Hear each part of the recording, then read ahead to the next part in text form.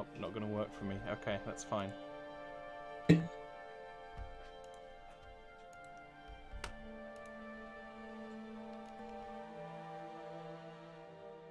Hello and welcome to Jarviskjir Rock of the North, Chapter 3, Session 5. We have, as always, been besotted by technical issues before we even start, which means we're not going to have any for the rest of the stream. And that's a promise. I'm sure. Anyway, how's everyone doing? Good, thank you. So, you know, you gotta be quick. In this industry, you gotta be quick, kid. You gotta be fast. Hurry, like. You gotta be quick on the draw. So, let us recap. This is like one of the few times where I don't need to do a pretty super extensive recap. We should be good to go. So, last session, you spent your time in High Thundral, seeking the aid of the Sun Elves. You got some advice from Ballord, you met more of the people around, and did change your plan slightly. Your plan to go and infiltrate the base of the Goblin Pyromancer Wyrex. You've changed it from pretending to be Snow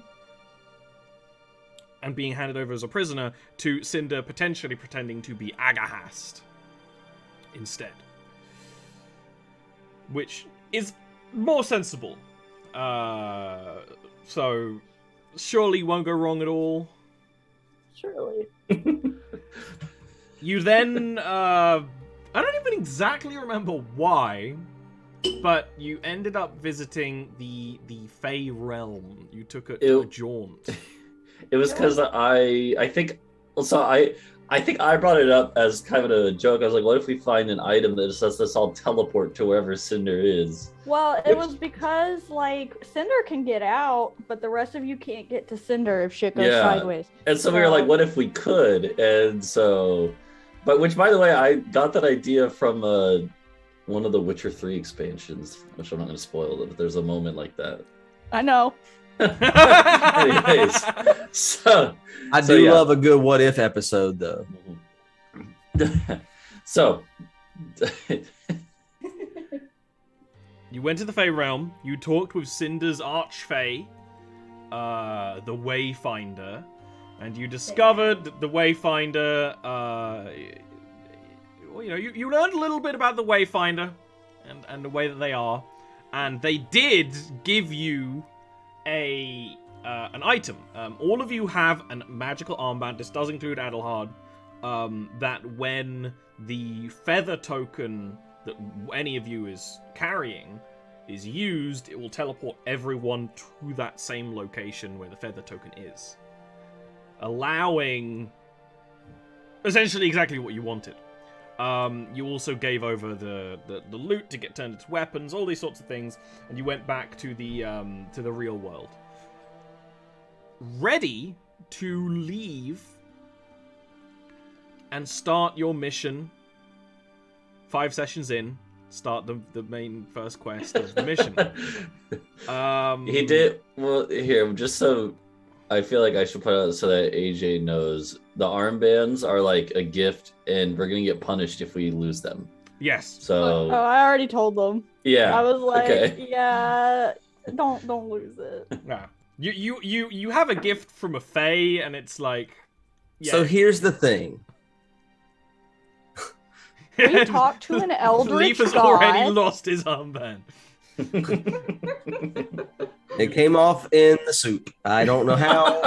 You get to tell the eldritch god that you lost his present. We activate the feather and just a little pile of soup just on the floor next to it. Leland became soup. He got souped by the portal. That would be something that they fucking do, though. I mean, teleportation should not be trusted. You also have for this mission the aid of Cinder's girlfriend, a Knight of Eagles, Gomer, who, you know, is a talented assassin who has joined the crew, kind of, is going to be aboard the tower. We start off today's session still at High Thundral right before you leave. Oh! How could I forget? An apple a day keeps the doctor away. Oh, God. Oh, the apple that we spent 20 minutes trying to decide the weight. I was wondering, wait, like, what? how did we spend so much time It was- last I session think- not doing anything?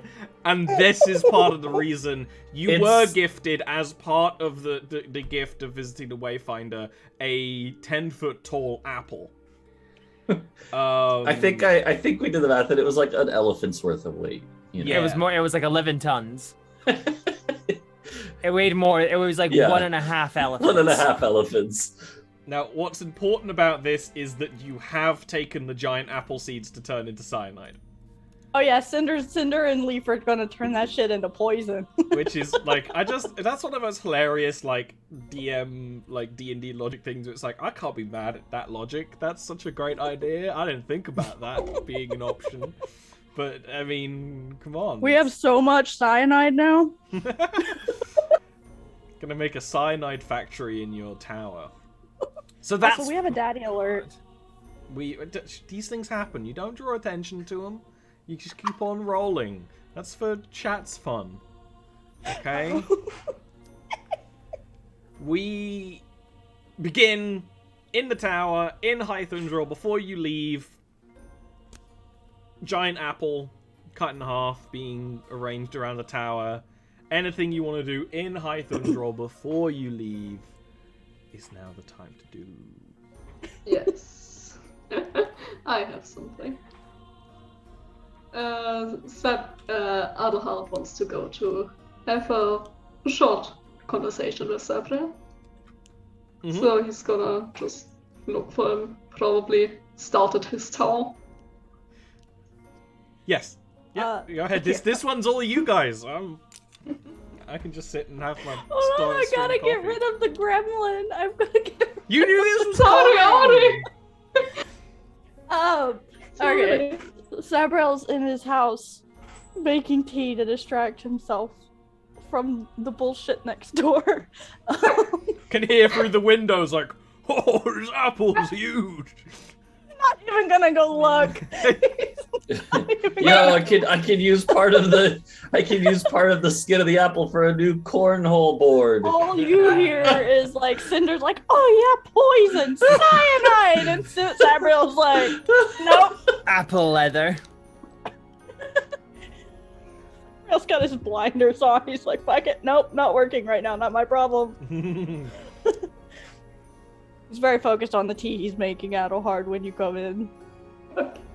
He is going to knock at the door first, of course. He will answer the door. He will come in. And he will come in. Lord Commander, I wish to speak to you about something. Are you alright? Noticing Sabrel's confusion. Not confusion, it's just stress at his circus that's happening outside, because he can't say that it's not his circus and not his monkeys, because it very much is. I'm fine. I just forgot the entertainment that it is to be with such lovely people with that tower. What can I do for you? Do you have a safe place to speak? Alone.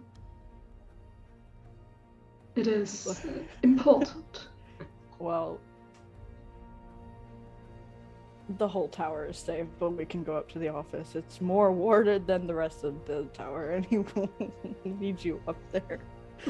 Where the painting is that Snow is obsessed with. What's the painting? Oh yeah, I mean AJ wasn't here for chapter. I can describe all of the paintings up there. This is a good point. Adelhard doesn't know the painting. Oh, me, the DM, I have to do some work. So of course, Yeah. Adelhard is not going on the first adventure. Isn't so used to Sabriel's tower, which is much more lived in than yours. It's more decorated. It's got less rooms, but each room has a very defined purpose and is very large. But the study is up at the top and is filled with artwork and art supplies and bookshelves. And a good deal of the paintings are very tasteful nudes of Sabriel's husband, and mostly Ballord, and Sabriel's late wife, Fendelin, who is a very muscular female crusader with red hair. And there's some of her in her armor, and one with her and Ballord probably wrestling. But there is one particular tasteful. It's not even a pinup. It's just a life study, but done with the kind of attention and care that Sabriel paints with. They're not lifelike, but their energy comes through, and it sits very proudly because, of course, Fendelin is no longer with them. So it's quite noticeable in the study amongst all the other things. We can speak here. It is warded, as is my office at the palace, though I don't want to walk outside and look at that disgraceful tower right now, so we will do it here. The tower has certainly gone through some renovations. That's one word for it. But continue. What did you need? I wish to speak to you about the Moon Queen. He just kind of tilts his head okay. Her actions are less than honorable. You are surely aware of what she's doing.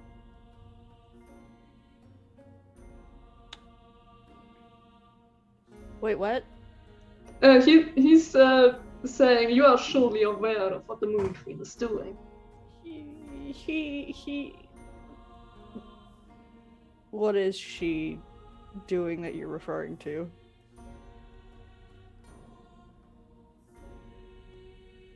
The mind control. Does he know about that? I think we talked about it. That Yeah. I think one, Sabriel is intently aware that the Moon Queen has always been a talented abjurist and wizard. I think he is aware that she has created devices to how much would Sabriel know? How much would have been explained to him, and how much would he have listened to her when she explained? The Moon Queen in Velheim very much believes in peace, and you have been aware of her removing people's freedoms to attain that peace. In theory, the people involved are willing, although there is certainly an incident where that was not the case very early on. Now, supposedly, the whole Quicksilver Nexus, which is able to control people when needed, is willing only. But who knows? Supposedly. Supposedly. Do he believe her or not, given that he knows And she's you- a little you- shit. You probably know there's more going on, but also it's beforehand you wouldn't have directly interfered with Moon Elf business anyway. But now the purpose of Sun Elves has shifted slightly. It's a little different. He pauses for a minute as he thinks, and it takes him a minute because he's old. You have an elven pause, as has been described before, where it might be a minute, it might be 4 minutes. The elf doesn't acknowledge any time has The other passed. half just stands there waiting patiently for an answer. No, sorry, I had to pop my ribs. I'm aware of the devices and the intent or original intent behind the devices. Supposedly, she was supposed to be only doing that with those who were willing, but given recent circumstances and you're approaching me about the question, it might not be the case any longer. It being willing or not does not matter. It is morally wrong in the first place. He's like, I'm not disagreeing with you. He clearly has his gripes about her and her methods.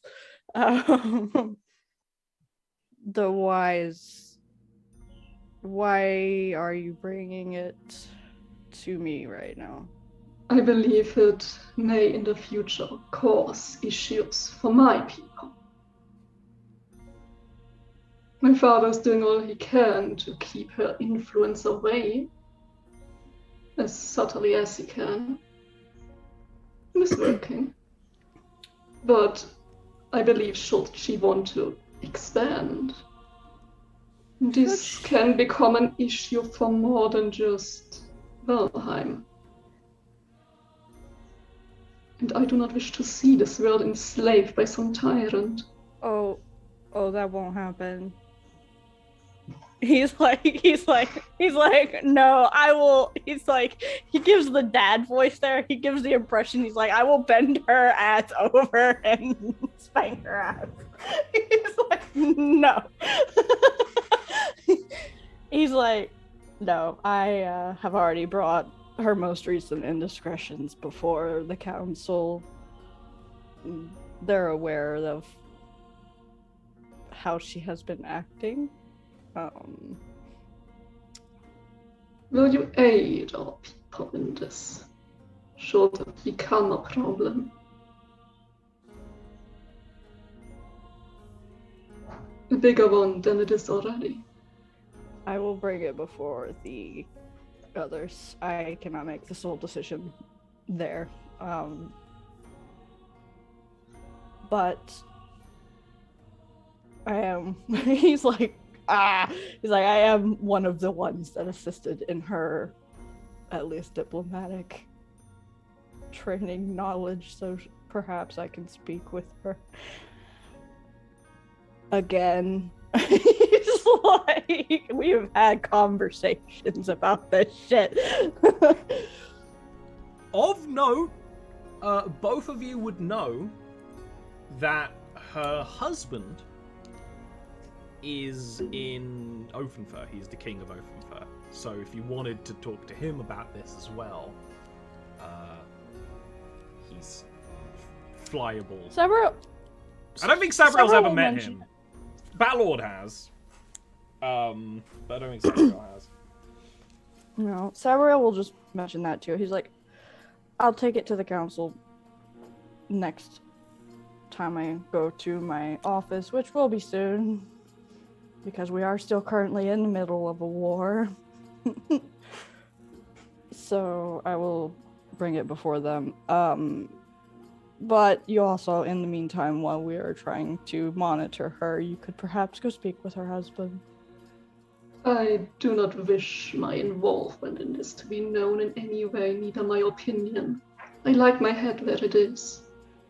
You have a whole party of companions with many different talents that could aid you in speaking with them if you would. While they are eccentric and a bit insane, and that being a light way to put some of it, they are rather useful in... Their hearts are in the right place. They are good at what they do. Does he say this exactly this robotically? means it. He just doesn't know how to say it in a way that's not like I love them, but they're stupid. Like he's like trying. Snow knows what he's doing. The little gremlin Cinder. She's eccentric, but she's good at things. I don't know what they are, but they're things. And I haven't met the other two beyond my initial seeing the tower, so I don't know.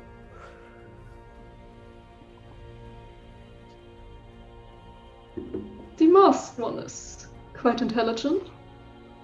And the other one is the complete opposite.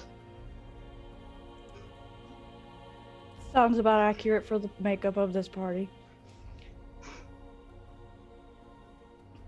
No, I have no intention to speaking with the Moon Queen's husband. I can send a message, but it will be time before it is delivered. So far, there does seem to be time. Nothing too big has happened.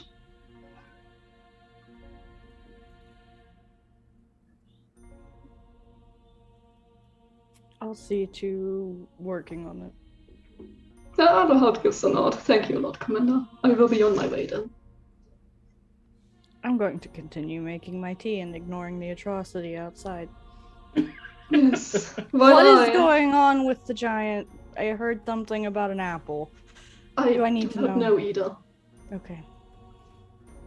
I am about to find out, I suppose. Wait, where is Alina? Like, Alina is probably on the balcony, so she's seeing all this. You know, just silently observing as Alina does. Edelhard can leave and return to the tower and see the apple. See the apple, which by now is in chunks in the basement, with some of it being left here because they can't fit it all. Somewhere, Leaf is burying a seed. Oh no! Yeah, do that in the garden on top of one of the towers. All of a sudden, we come back. There's a giant tree weighing down the whole city. Just Sabriel's little sunflower walking route is helping Leaf plant it pat pat pat with its little leaf hand. The collection of abstract plant friends that's Ori is collecting in Ithundral is gonna grow. Cinders is there too. Cinders is just like, yay! You are ready to go, if you so wish. Yeah, I think so. Yeah. Okay, this is when the pre-rendered cutscene starts. The tower takes off from the city and trundles off the distance, and you have a loading screen. And this is where we get to do any travel time activities that you so wish. Bear in mind that you do also have, along with your regular crew, the Knight of Eagles Goma with you. By standard, she's not really hanging out with anyone, not even her girlfriend. It's just kind of how she is. But she is there with her Pegasus. Actually, her Pegasus isn't with her, but she is there if you want to interact with the NPC on board. It's up to you. I've just given up all pretense of pretending that these campaigns don't work like a BioWare RPG, so I'm just spelling it out nowadays. It works better for everyone. Yeah. No, never mind. I had an idea, but no. We're gonna have to make sure Cinder learns how to walk on people's legs properly. She can do it. It's not good, but she can do it. You want to test your disguise into Agahast, including walking around as a regular humanoid without digigrade legs. Our heart is willing to help. Jensen's willing to help us all. Cinder's like. It is like someone trying to learn how to walk in heels, except for like you're flat-footed with human feet. He sounds like a fucking duck. It's just plap plap. Yeah, I was thinking that too, but I didn't know how to word it. That's absolutely how it is. How tall is Goma? She's a sun elf, so I think she's like 6'3". Okay. She's tall, but I don't think she's, yeah. Wait, how tall is Sabriel? Was he 6 foot or six? Something?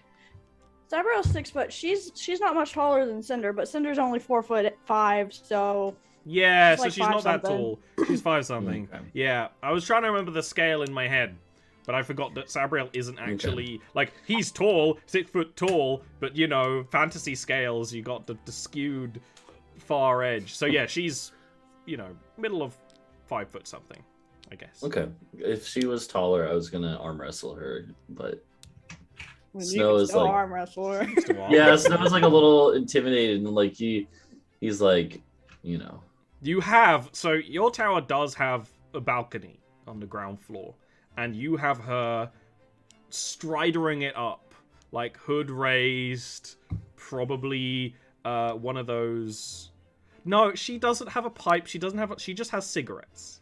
She's that kind of person. She just has cigarettes, and she's just smoking on the balcony most of the time. But other than that, it's still like a strider in a tavern situation. She's very unapproachable.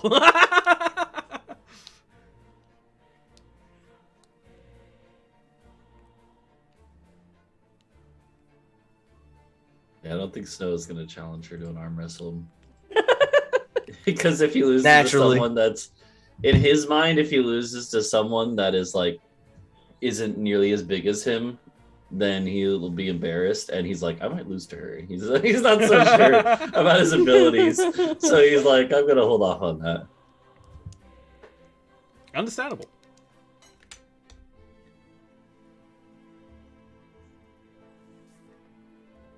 Any other downtime? Okay, go ahead. I think Jensen might take some time to study some of the spare bits of apple that we have. And Leaf is going to spend some of that time that she's doing that, studying her and her illness. Oh yeah, nice. Because is it basically just a big apple, or is there some kind of latent magical stuff to it? Because I'm assuming there's something. Don't you give me a... what kind of check would you like to make? Arcana is on the table, but you could maybe do a medicine check. You could do a medicine check to basically investigate it under a microscope. Or nature. Or nature, nature absolutely. Work? Nature would absolutely work. Let's go for nature.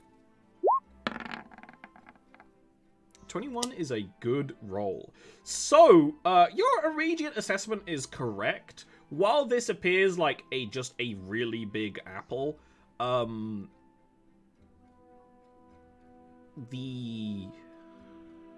do I word this? And how much does Jensen know? You have become aware, mostly via Cinder's own messy proclamations, that Fae are biologically different than material creatures. You are a material creature, you are in the material plane. The Fae plane, some of those Fae seem to be immaterial in one way or another, and Cinder seems to be the same way. You've seen Cinder get injured, she doesn't bleed, she doesn't have insides, she pours glitter, essentially.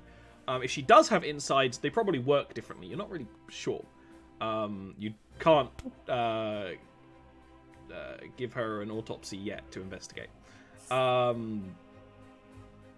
This apple is an instance of being both Fae and material, which does actually happen in both the Fae realm and the Fel realm, where there's things that are of that nature, but they're still very much material. It is still enough of a material apple that you can eat it, you can digest it, it's not going to cause any problems, but it is it has origin from the Fey realm, and not just in that it's some kind of weird perfect hybrid between all types of apple and it's massive.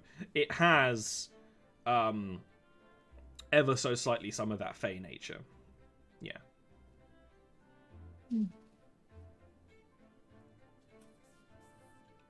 So I'm assuming, because we like chopped it up into pieces to bring it aboard, I'm assuming it's been like, over the course of however long it takes us to travel, it's not gotten any, it's not like rotted or it is degrading. Brown. It's degrading slower than it normally would. A lot slower.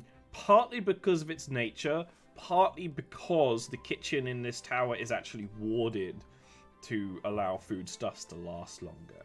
So it will, like, it's starting to get a little sad at this point when you're investigating it. But it's still edible, and then by the time you actually get to the where you're going, it's probably not edible anymore.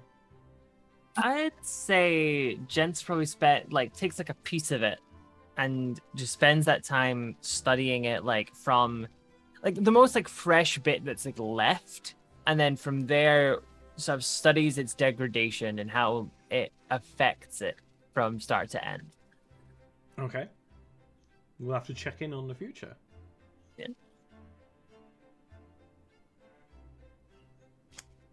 Like, how long has this been affecting you? Oh, hard to say. Few months, couple of years, something around there. Was it like sudden onset, or like did it progress over time? It was a progression. I mean, at first it started off like any other normal illness. Felt a bit off, some fever, coughing, and then skin started changing, and I don't know. It was like when the fever broke, something was different. The disease didn't just go away, or I didn't fight it off. It was like me and it had met a balance. So has it like stopped progressing, or have you tested? Effectively, as far as I can tell, no other parts of my body have started to degrade or change. It's pretty much stopped, but it's not exactly getting better. Would it be okay if I like took some samples and just like tested some things? As long as you're careful not to give yourself this, then yes, you'll be fine. I will suit myself up as best as I can to protect myself with all my alchemical items. It's just like 6 aprons and like a bunch of like tablecloths. Right. Yeah.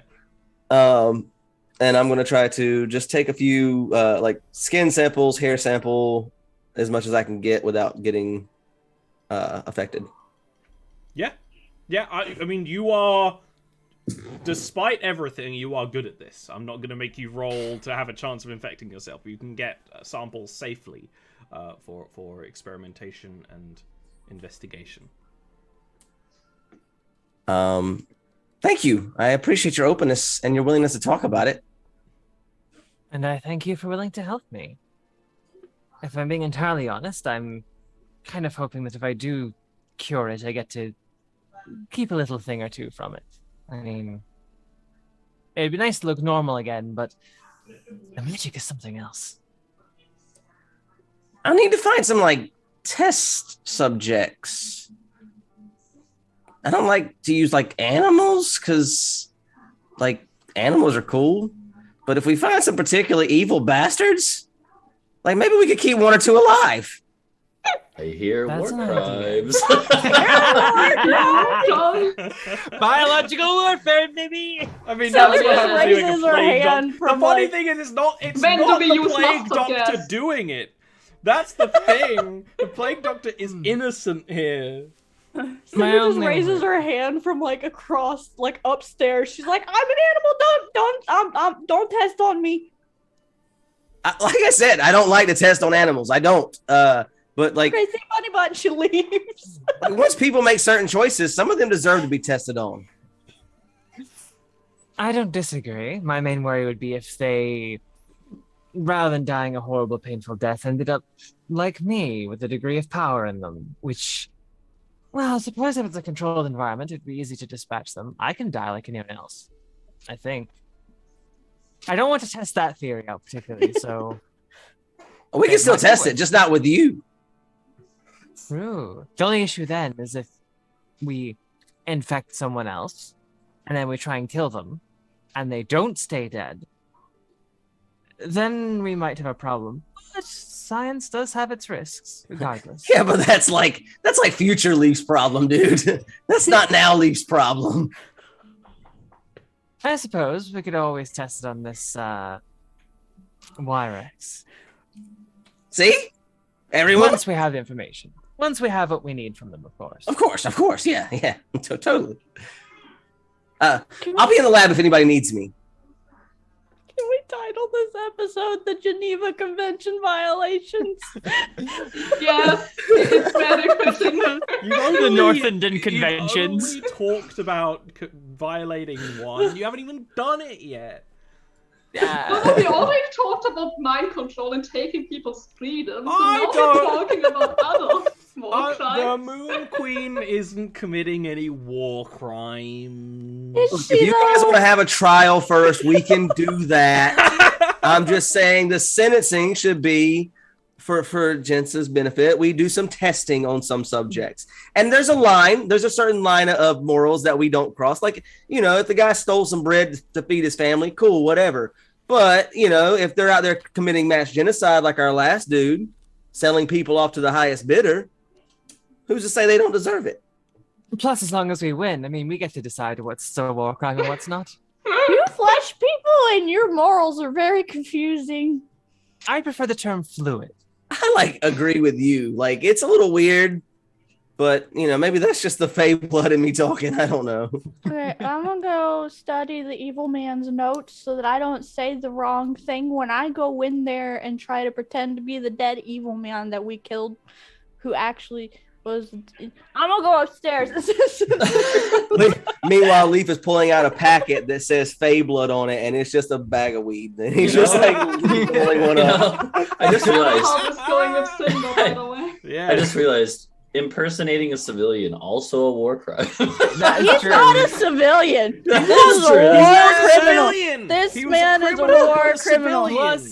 He is Plus, no.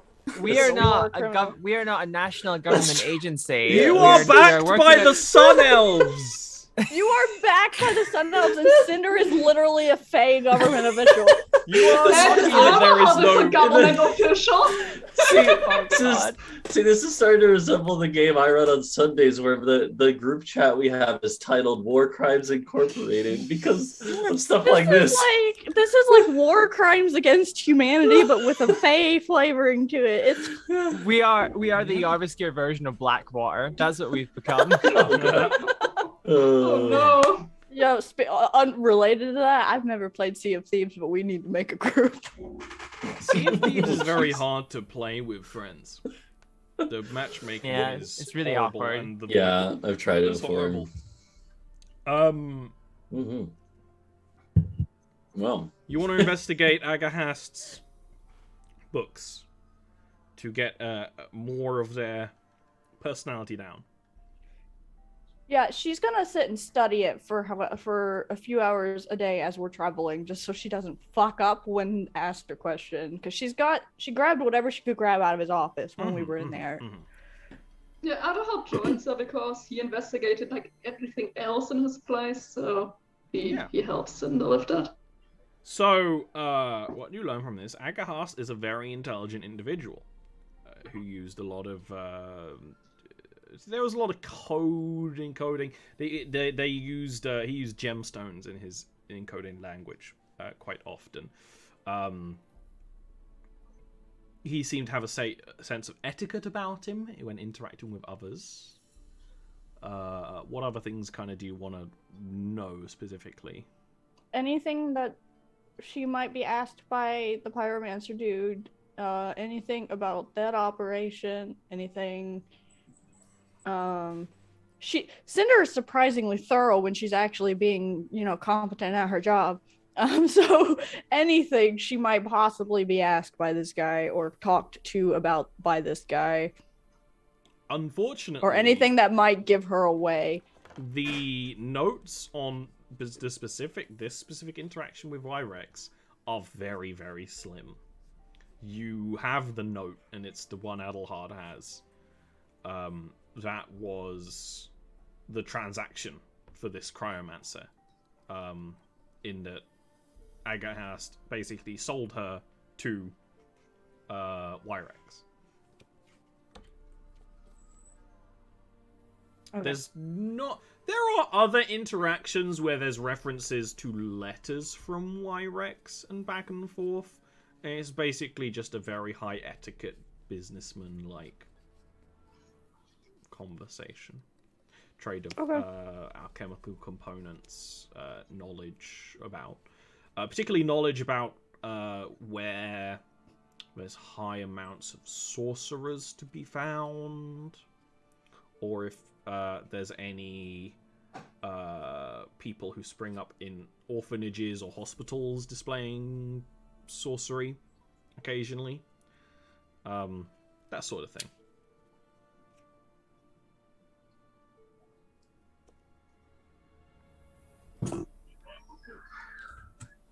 Can Cinder make up a reasonable lie while we're traveling, like forge it while we're traveling, about finding a group or a small camp or village where there are some potent sorcerers in, to say that she wants to give that as a information for the being out of contact for so, like a payment for, you know, coming to him without anything.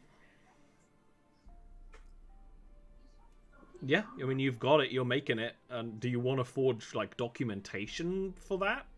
Or just... with help from someone.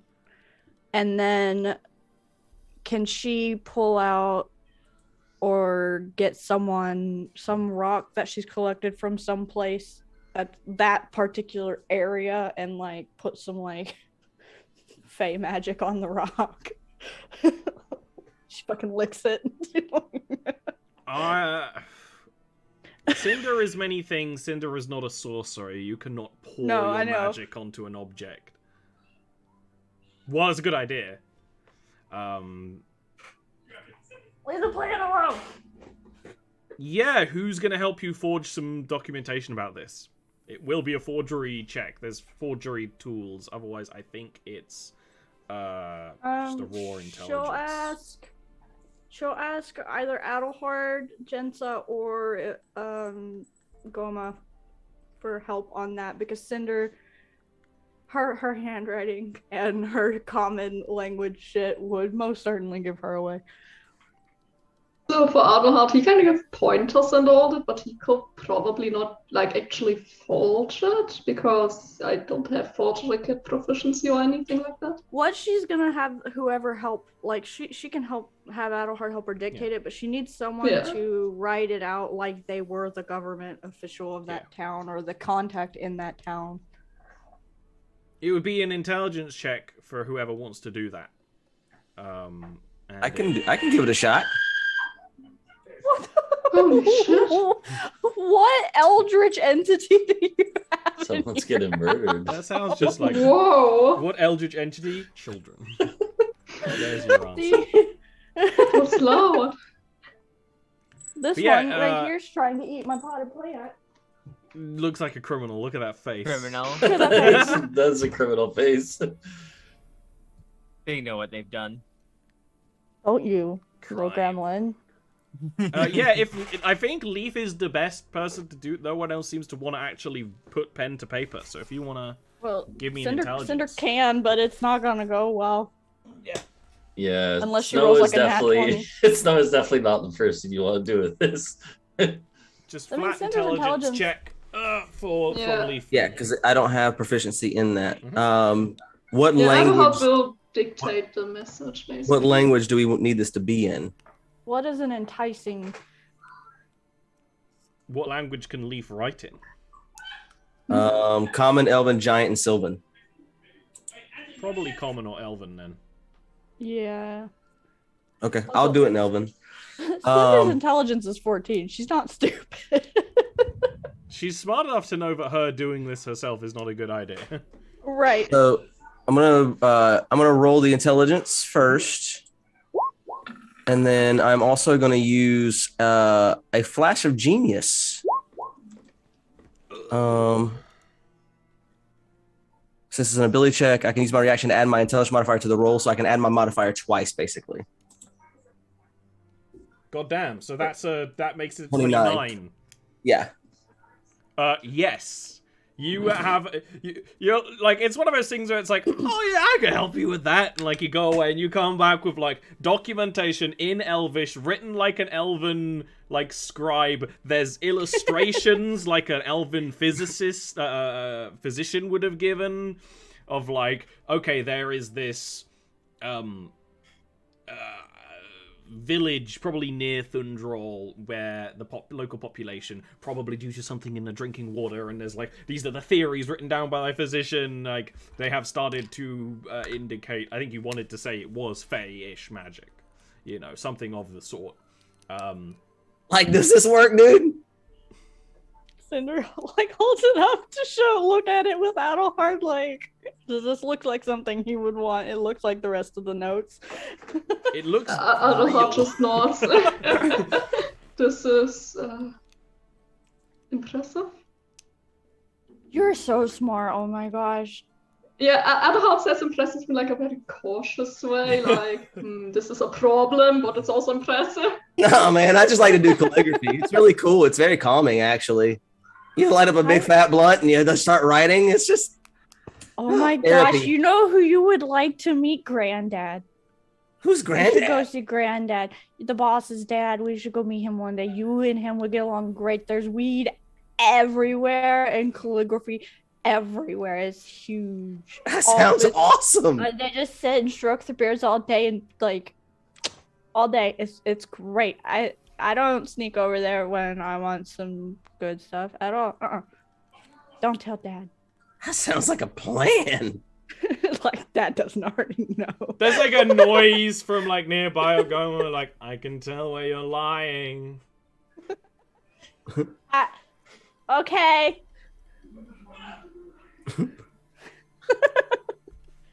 Cinder's gonna also, while she's trying to learn all this and while that's happening, like try and get good at walking on people's legs. Cinder's doing all the stuff while you're traveling. Hey, she is thorough when she's actually focused on a mission. She's not the stupid little idiot that she pretends to be. She's getting ready to go deep undercover. All right. How far of a trip is this? How far are we traveling? It's like a 2.5 week flight. You're traveling basically across the whole subcontinent. I will spend some of that time also baking some delicious apple pies in the kitchens. And I'll do my best to try to make it to where they preserve and take care of themselves using some alchemical. Hey, Leap. Like, yeah. I had an idea with all that cyanide that we're making for like the arrows and stuff. Right. What if we had a way to like put it into an apple pie, right?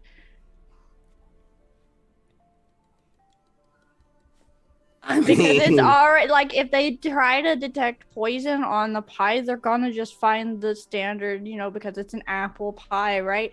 So it's already got the cyanide lace in it. Like you don't go eat like 5 apple pies because then you're gonna get sick.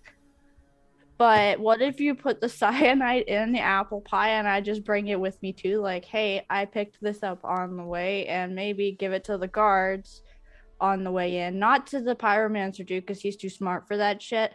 But what if we give it to the guards and be like, here, I got this on my way in, and I don't want any more of it. Just like take a piece out, and like so it's already started to be eaten, so they think that it's not, you know, poison. And Cinder's way smarter and good at this shit than she That is looks. unsettledly good, like way to poison/assassinate someone. That added idea.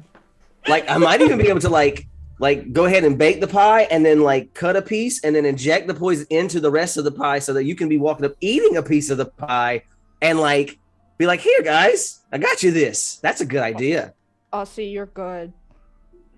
Maybe like at the top of the pie you dust it with like sugar powder. I don't know if that's what it's called in people words, but like sugar powder, like you just the sugar powder is the you like caramelize. Yeah. Yeah.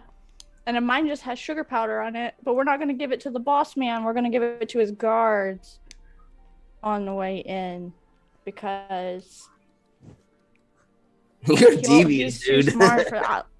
I know. That's why she's my girlfriend. She poisoned Goma. Point Spine and Goma is there in the darkness. Oh, didn't know you were here. It's very easy to sneak around these towers. Even though every room only has one entrance and exit. Yeah. There's always exits everywhere when you can teleport. Huh. Do you know all words are made up, dude? Did you know that all things are made up? That's true. Cinder and Leaf should not have deep conversations. You want some of this? Are you offering it to yes. To Goma or Cinder? Cinder first. It's not the poison one, is it? No. This is the blunt that he's been hitting for 5 minutes. She takes it. She's like, okay. If offered, Goma will absolutely smoke a blunt with you. Oh, she'll hand it to Goma after she does. Like, not I even thinking about it. She just hands it to Goma. It's probably pretty fucking regular that Cinder and Goma smoke like, that's together. Awesome! Is there any more of the, raw stuff left? Oh, yeah. You need some? The cyanide or the apple? Or the weed. The Zaza. Yeah, hold on.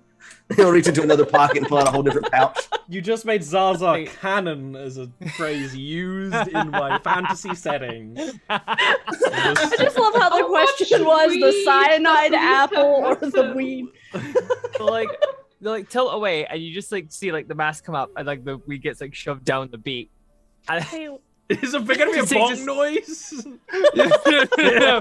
They're like those like little intakes on the side of it. Just gonna like strike a match and just put it in, and you just see like, the lenses fill up with smoke. She's hotboxing. That's Cinder, brilliant, dude. Cinder's Never like, thought of that. Hey, Leaf. Yeah. Can I? Wait, do I have the druid craft spell? I do not. Damn it. Never mind. I was gonna have Cinder grow a new pot plant, but that's beside the point. Wait, hold on. Do I? If Sabriel catches you using a Sun Elven Tower to grow cannabis, you're gonna be in trouble. Will they though? Because I'm gonna be in so much trouble. Listen, Sabriel loves his plants. He'd be like, "Oh, this is such a nice plant. It has nice medicinal qualities." He would use it. But he would be like, "Okay, I can." Yeah, Balor apparently did like opium with Right. No. Sabriel is weirdly okay with pot. Not in the holy city. Sabriel is weirdly okay with pot because it can be used for medicine. I have a feeling that Leaf is growing some funky shit that probably is still not okay. It 100% is going to smell like a dorm room in the kitchen at this point. If you want, I can help you grow some more. I know a thing or two. Yeah. I'm always looking for new tricks in the trade, you know? It's more of a magic thing. It'll take a while for me to do, but it should probably double the yield. Let's go. Now we're selling weed. I'm not planning on selling. It's just always good to have more of a stash, you know? I want to spend, 8 hours to cast plant growth. Yep. which it enriches the land. All plants in a half-mile radius centered on a point within range. I'm just going to do it on the tower. Become enriched for 1 year. The plant yields twice the normal amount of food when harvested. Hell yeah, double the weed output. Double weed. What if Now it Scissor fully Cat smells Berry like on the a dorm weed? room in the kitchen. There's gonna be That's weed not real. plants growing out of the kitchen window down the side of the tower. Cyberl's fine with weed. He's like, he'll even fucking smoke it. I'm sure him and Cal probably have done it with Ballard. Okay. War Crimes and Weed is the title. War Crimes and Weed is a good one. This is a great time for us to take a little breaky brew before you get to the big bad evil guy you're trying to investigate. You don't even need to cast an illusion around the tower. You just have a weed cloud around it now. It'll be fine. Just fog cloud, but it's weed. I've told you, it's canon. Josiah played a character in a one-shot. That's like called Leaf's Cool favorite Ollie, spell, bro. and he Leaf's used just in the fog cloud. balcony doing vape tricks to keep the cloud going. Alright. We are going to be back. The in weed a cloud will few darken out the sun. We'll be back in a bit.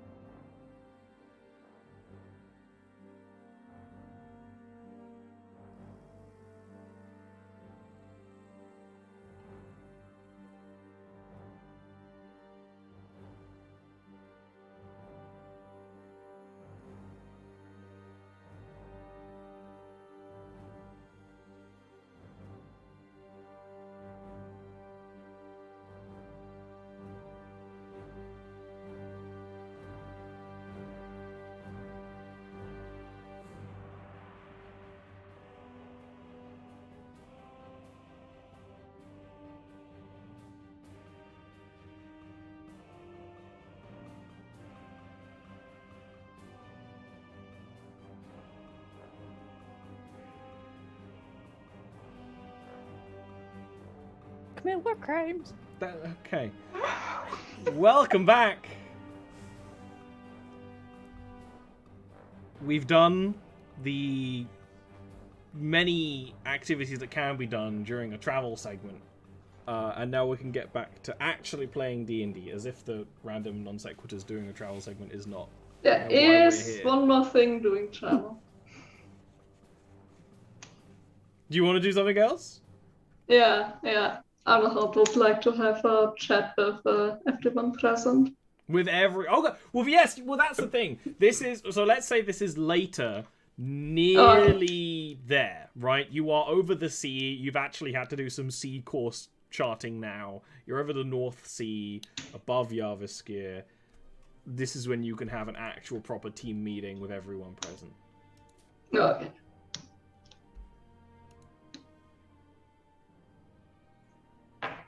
Yeah. Adelhard has brought everyone into the room. Go. Yes, Adelhard. Sorry. Don't make AJ is That doesn't help. Poetry, don't be mean. I know. I am. One moment. I need to close the tab of the dinosaur. Okay. Yeah, Aluhard will call everyone together and ask. And there is something I have not talked to you about in regards to why I need this information. I've told you I needed to continue my investigation to see what this cryomancer is about, as she may or may not be connected to all of this. I have been investigating to Virex, to Agahast. However, he gets out the sketch he has of this woman and lays it on the table, and you can see she looks a lot like Adelhard. Also a half-elf, looking a lot like him. She is my mother. I have no desire to speaking to her if I do not have to. I do not know her. I do not know her name.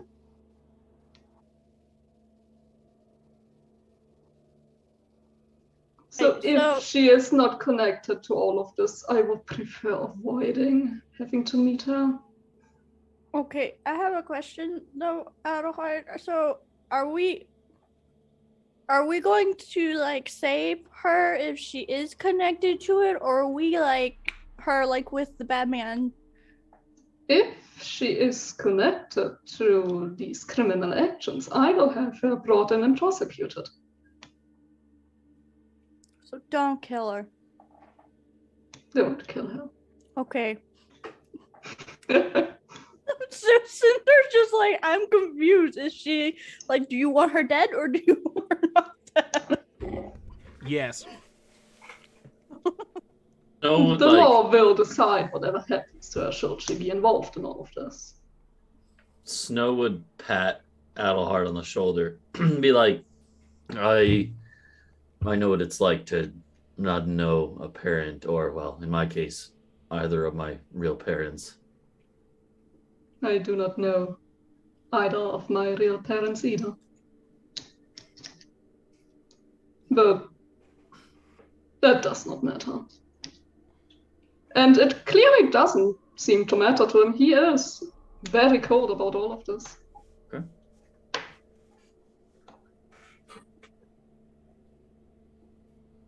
Okay, I got it. Mommy issues.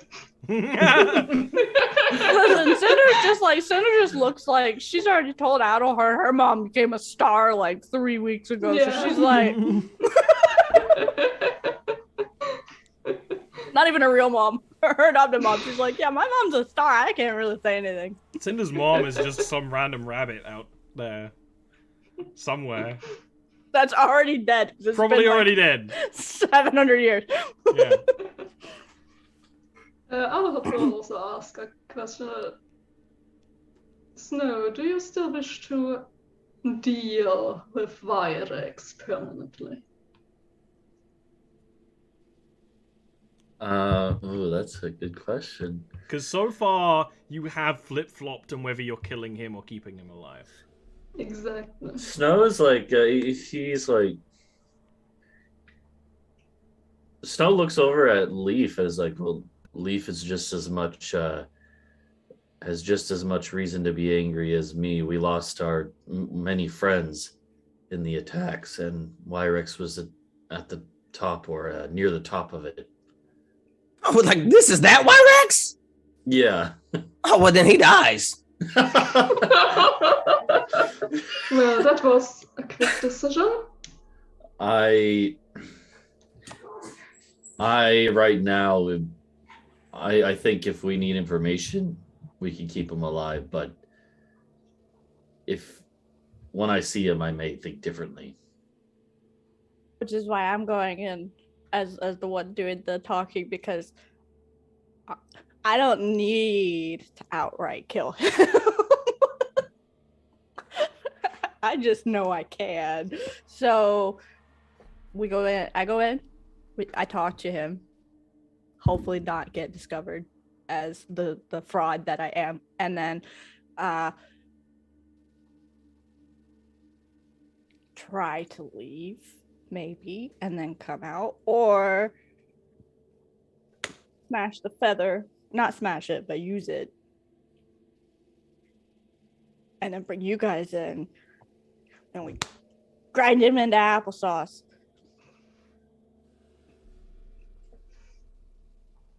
If there's information we can get from him, I think it's best we actually get it from him first. Before Oh, I know. Applesauce That was part him. of the talking to him before we applesauce him. Did you know there's bees that make honey from corpses? That happens. You can make applesauces with corpses.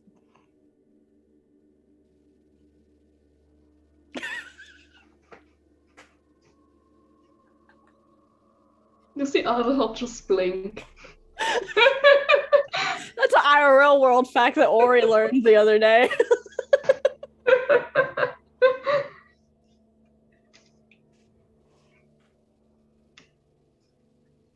Why do I think Quill's looking that up right now? So you got your plan.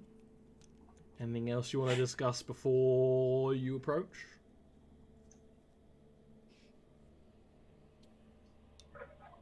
Good. I think we're good to go. Right now, below the tower, are the clouds that hover above the North Sea. And, icebergs and things. This is a very cold sea.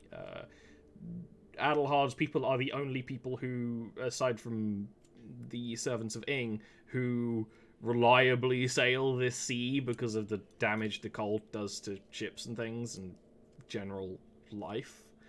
But there's large areas of empty blue as well. And soon the island you're heading towards, Hag's Tooth Isle, becomes visible. Looking relatively small from above, but of course getting bigger and bigger as you approach. It is an island of slightly orangish brown stone. Looking at it from afar, the first thing you see most clearly being the quite jagged mountain. There's only a little bit of island that isn't that mountain, and it's quite a sharp incline of one. This being theoretically the dead volcano. You can't see too much of the island right now from afar, unless you want to start doing checks. If anyone wants to do any kind of perception checks now as you're approaching to get more idea of what the place is like.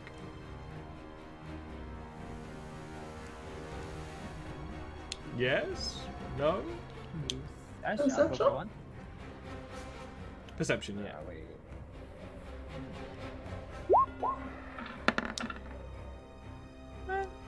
Not the worst. I will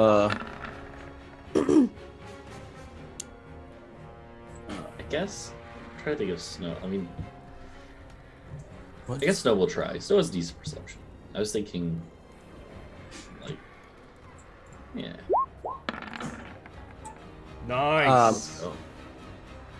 I'm just gonna use my flash of genius to assist in that moment and whip up like a makeshift like ocular kind of enhancer to hand over to Snow and be like, "Here, buddy, try this."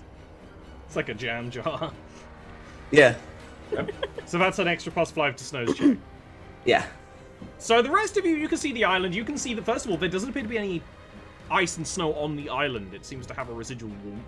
It's not as cold as the place around it. Second of all, there does appear to be some vegetation, but it's not green. It's kind of brown and sad. When Snow, when you, are like, oh, I can really, like, zoom in with your enhanced little eyeglass that Leaf gives you, you can see. You can see many things. First of all, the thing that would draw your attention would be where you think a camp could be. It seems to be at the top. Near the very, very top, there seems to be a camp. There seems to be a very large, or a large ship moored to the side of the volcano, not connected to the water, held up by chains and dead vines. This is a goblin ship. You have seen them before. In fact, you recognize this as being Yrex's ship. The sharp sails on the sides, as well as the sails on the top. It's slightly larger than a brigantine, but the hobgoblin ships, like a lot of their equipment, they're designed to invoke fear. And this is very recognizably Yrex's ship. Moored, again, in the air to the side of the volcano, basically against a cliff. It looks like there's a little bit of a camp by it, but that's probably where they're staying. It looks like, you get the idea there might be maybe one or two other people who live on the island, but you don't really get the chance to look around too much, because you see flying from the various caves and crevices of the island a swarm of, you got a really good perception check, flying gray-scaled kobolds. Okay. Rushing towards your direction like a cloud of angry bees. Snow's gonna be like, guys, I think we got some company. I wish we had Peep here. I mean, I can speak Draconic, but I don't know if the guy could. Well, a bunch of kobolds are about to be right on us, so. Of note, by the way, Snow, you would know the name of Yrex's ship. It's called the Wick and Chain. He's a bad guy and he knows it. He's got to have a edgy ship name. Okay. Cloud of kobolds is approaching. Yeah, I guess Stowe would be like, just look at the others and be like, get your weapons ready. We might have company. And I guess, I don't know where's the best place is to defend, like the top of the tower? The top, you like also the have balcony? the balcony. The balcony, yeah. Yeah. I guess the balcony works then. Quite swiftly, because you're still flying, and the tower, flies stock straight. The cloud of kobolds collides with the tower, and there's like a thumping and clawing as the kobolds, barely 2 feet tall, most of them are very gangly with wings, kind of cling to the sides. Some of them tumble into the room. They're all claws and teeth, and they're just gonna start gnashing and fighting if you let them. I mean, Snow's gonna start hacking them down. Okay. Can Cinder say something first? I don't know if you can say it before Snow starts swacking people. She's gonna just quickly out in Draconic, just be like, "Stop! We're here to talk." You can give me a persuasion check, but there's a lot of kobolds outside still flying who probably didn't. Oh, hear I you. know. persuasion. Oh god. Okay. So this has to be a real good roll. Nope. Nope. You like trying to say that, and like two kobolds like get up and like all teeth and claws. They're barely even speaking Draconic. They're just like growling. Again, all teeth and claws. Snow, give me some attack rolls. You are immersed as a party in a cloud of flying kobolds. Okay. How many attack rolls? 2. Okay. Here we go. He would rage, yeah. He'd be like, Start a whacking. Start a whacking and whacking and whacking. Yeah. In this case, he's using the great sword, not the hand axe. Give me your second attack. Okay. That's a pretty good display, right? I mean, luckily Peep isn't here, because you can, Snow at this point in your prestigious career, can just cleave a kobold in twain. They don't really have much give to them. You just swoosh like butter. But there's more. There's lots more. You slay in that attack around about 4. In the swinging and pushing and shoving a lot more back. It's like a vermintide, you gotta shove them and they tumble and they hit into the walls and jump back and flare their wings. That's less than half of them. There's a lot more left. And they are going to do damage to everyone in the room. How many? Wait, do I get to choose this? I'm essentially treating this like a weather instance. You are within the kobolds. The kobolds are clawing and biting. Roughly how wide an area are we talking in kobolds here? I have a similar question. So, how wide is the tower? Because are they like surrounding the tower, or are they? They are surrounding and inside. You are now. Okay. They are within and without. Now, most of the ones outside are clung to the outside. And they're like trying to like claw and pull at like the windows and things, which they aren't doing anything. This is, an enchanted flying tower. Is Goldie keeping stable? Yeah, there's not enough individual hits for it to actually hit the stability too much. It's more the kobolds inside that are the problem now. It's around about a 20-foot radius space inside the tower. That's perfect for a rotten root. Yeah. Does that hit allies? I can't remember. Do creature taking advantage of your move, and you turn any creature of your choice within that So aura. you can rotten root all the kobolds inside if you want. Well, if they're trying to kill us, I'm just gonna hit the fuck off button. Yeah, I'm gonna cast rotten root. So essentially, there's just gonna be gents in the middle of the room, and then all like the buckles and straps just start breaking as this sickening haze just expands outwards.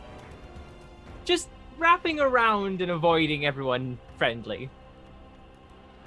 So every kobold needs to take a saving throw. This is a weather instance. Just roll me the damage. Take 4d10 points. I'm not doing a constitution like checks for like 20 kobolds. No. You are talented right now. Literally, kobolds is like being in a hailstorm for you, right? 25 damage? Good! But not enough to stop them all. The rot and miasma spreads through the room. The spare reed plant on the chair withers. Luckily, there's more downstairs. But the kobolds that are still in the room, they kind of like clutch themselves at their chest and neck, and they tumble to the ground, becoming nothing more than twitching corpses. But there's more crawling in through the balcony window. The space is refilled quite quickly, they can't fill it quicker than... Like, they aren't completely filling the in-store space now. And yes, that will go around every turn. Basically, everyone else do whatever you want to do.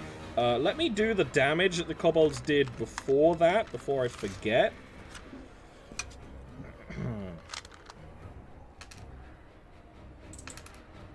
Okay, so it was low damage. It's going to be... 7 piercing damage to everyone. The first kobold attacks, because they're clawing and grabbing and pulling and whatnot. If anyone else wants to take an action, now's the time. Leaf is gonna, since he's right there next to Snow, he's just gonna hold out this contraption that he's gotten. It looks like some sort of like aerosol container or something. And he's comprised. He's just gonna say, "Hey, Snow, does this taste like steroids?" And he's just gonna spray it in his face, and he's gonna cast Enlarge on. Let's go! You immediately hit your head on the ceiling. Yeah, like boom. Cinder's gonna just make 2 scimitar attacks just in the kobolds around her. Yeah.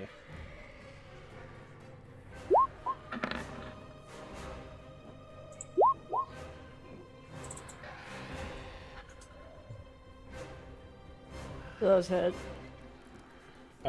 Hit doesn't matter, give me the damage. It is massive damage.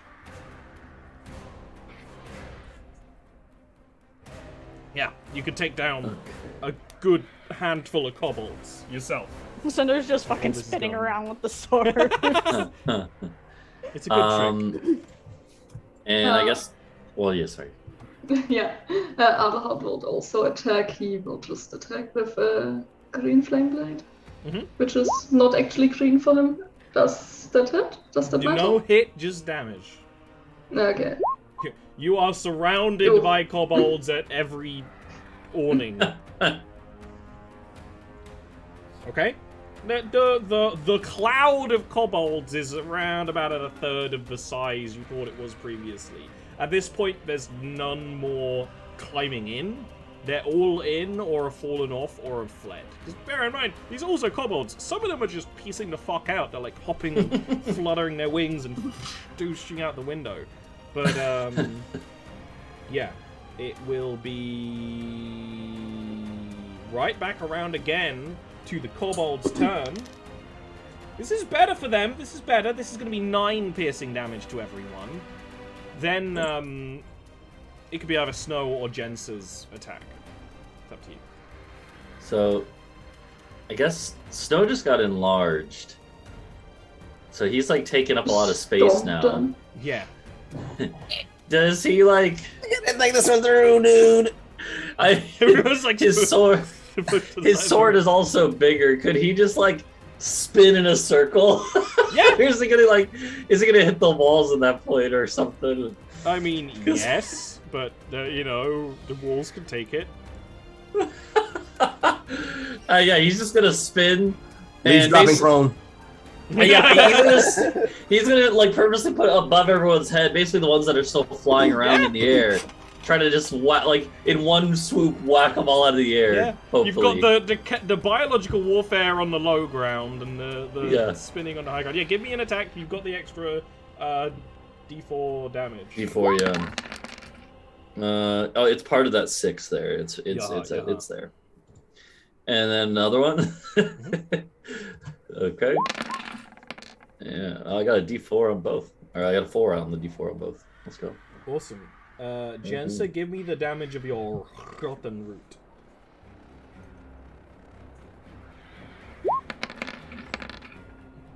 Okay. That combination from the pair of you does... You know, when kobolds are trying to get away from the rotten miasma, they're leaping into the air and having their wings hacked off by a spinning gigantic blade. This is a dwarf fortress trap at this point. There's kobolds kind of keeling to the ground and choking. There's some trying to fly away. They're getting hacked down, and you manage to get a moment of breath where there's not many kobolds left that actually can kind of get up to any of you and really claw you. The people who are sword fighting could actually kind of parry and push and get the other ones out of the way, and within moments there are no more kobolds that are willing to continue to battle. And a lot of dead kobolds on the ground. In pieces.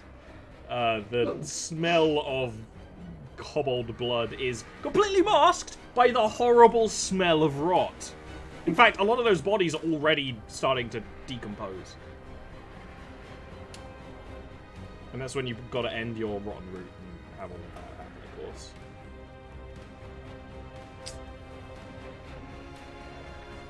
Cinder's gonna heal herself. Mm-hmm. Because she's the one that's gotta go in by herself right now, so she's just gonna heal herself for the moment. We'll do level 2. I'm gonna use my daily uses of my what is this? Experimental elixir to whip up a couple of my healing potions. Of course. And I'll give one to Snow and take one myself. It does 2d4 plus my int, which is 5. Alright, Cinder's also gonna cast it one more time. Oop, I didn't mean to do that. I don't know what I just did. This will be for Jensa. Jensa doesn't look very injured.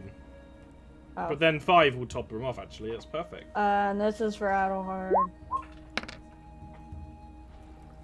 Bear in mind, you got to use some spells to do your scheme. I know, she's got plenty of spell slots. She just is making sure that she's not topped off herself, but she's not gonna... It's only a negligible amount of hit points left. She's not gonna waste another spell slot for that. I used half my spell slots. Yeah, but you also, like, solved the problem. That's how warlocks do. Yeah. Is now the time that I need to change into the man? It depends how you're going to approach landing and talking. Do you want to land the tower near where... Like, do you want to basically lean it up again, like... hover it, because of course the tower can stop anywhere in space. So it can stop next to... It can stop on the cliff next to his ship, if you wanted to, or you can stop at the bottom of the mountain and climb up, or you can, you know, try and hide it behind. The spell lasts 8 hours, right? Since it's a potion? Yes. Okay. I don't think, I mean, I don't know that there's a way that we can not have him see the tower as we come in, but I don't think if there is a way, we should not give him that opportunity to see it. Yeah. I'm sure he's already seen it come in. Yeah, the kobolds are coming attacking us probably. It's more him seeing Cinder as Cinder or Cinder, and then the tiefling and wondering where Cinder is. You should probably park the tower somewhere where it takes longer for him to get to, or for his people to get to. Yeah. Well, so Ollie, you said that their ship is up on the side of the volcano. Yes. And they have a camp near that, a small camp next to it. It seems like that, although it's hard to see. It looks like they're basically living out of the ship mostly. Okay. But it's like the mouth of the volcano is right by that. You can essentially walk in, and that seems to be what they've sort of done. And getting up to that point from the other parts of the island, like you just walk, is there like any mountain trails leading up there? It looks like it would be a definite climb. I assume when you say ship, you mean sea vessel, not like airship. Sea vessel. I mean, Cool. It kind of looks like it could be an airship because of the designs, aside from airships don't exist. Like, it has some sails that are almost entirely for aesthetics. That would actually make it less of an efficient seafaring vessel.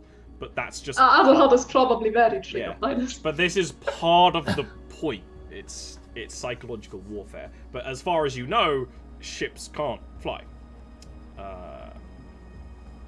But considering it's more to the side of a mountain, it totally could, maybe. You don't know. It looks quite permanently moored there, though. It's like wrapped around with these grey and brown vines, and it's chained up. It doesn't look like it's going to go anywhere anytime soon. I think we should, like, park the castle downhill from there, a ways away, a few thousand feet. And then... It's got to be within the amount of time Cinder can be shapeshifted for the potion. Yeah, just like, maybe like a 30-minute walk away. Okay. That way, if they like send out an attack at us, we have time to react. You know what I mean? Exactly. Like, I can make you invisible, and then like once you take the other potion, the invisibility would go away, but then you would be like the other person. He's a spellcaster. I mean, just like to get in close and then take the potion closer, as opposed to like, you know what I mean? What is the you said there's like some shrubs and like stuff on this, but there's not really a lot of trees, I'm imagining, are there? There are trees. They look like kind of dead, like dead willows and that sort of thing. It looks like this island probably had a ecosystem and then maybe erupted, and there's nothing really left, but some of the trees were tough enough in nature to have survived as kind of husks. Yeah.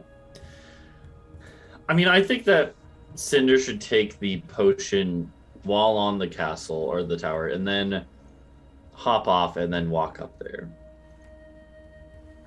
Am I going in chains as an offering, or am I going as me being... Yeah, you're being against the guy.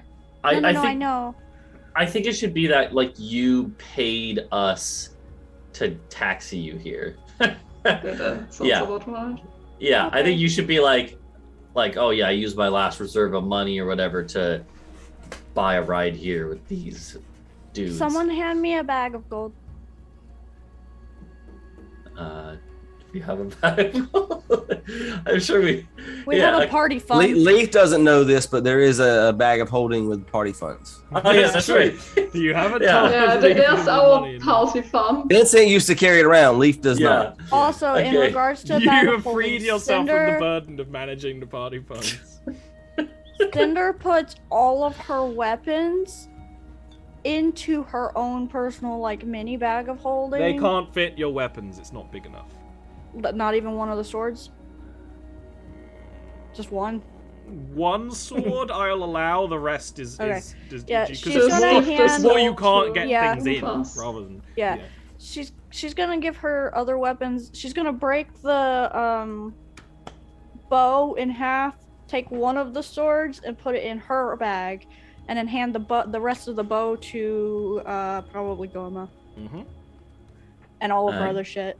Except for her amulets. I'm looking at the party funds. Those are in her bag.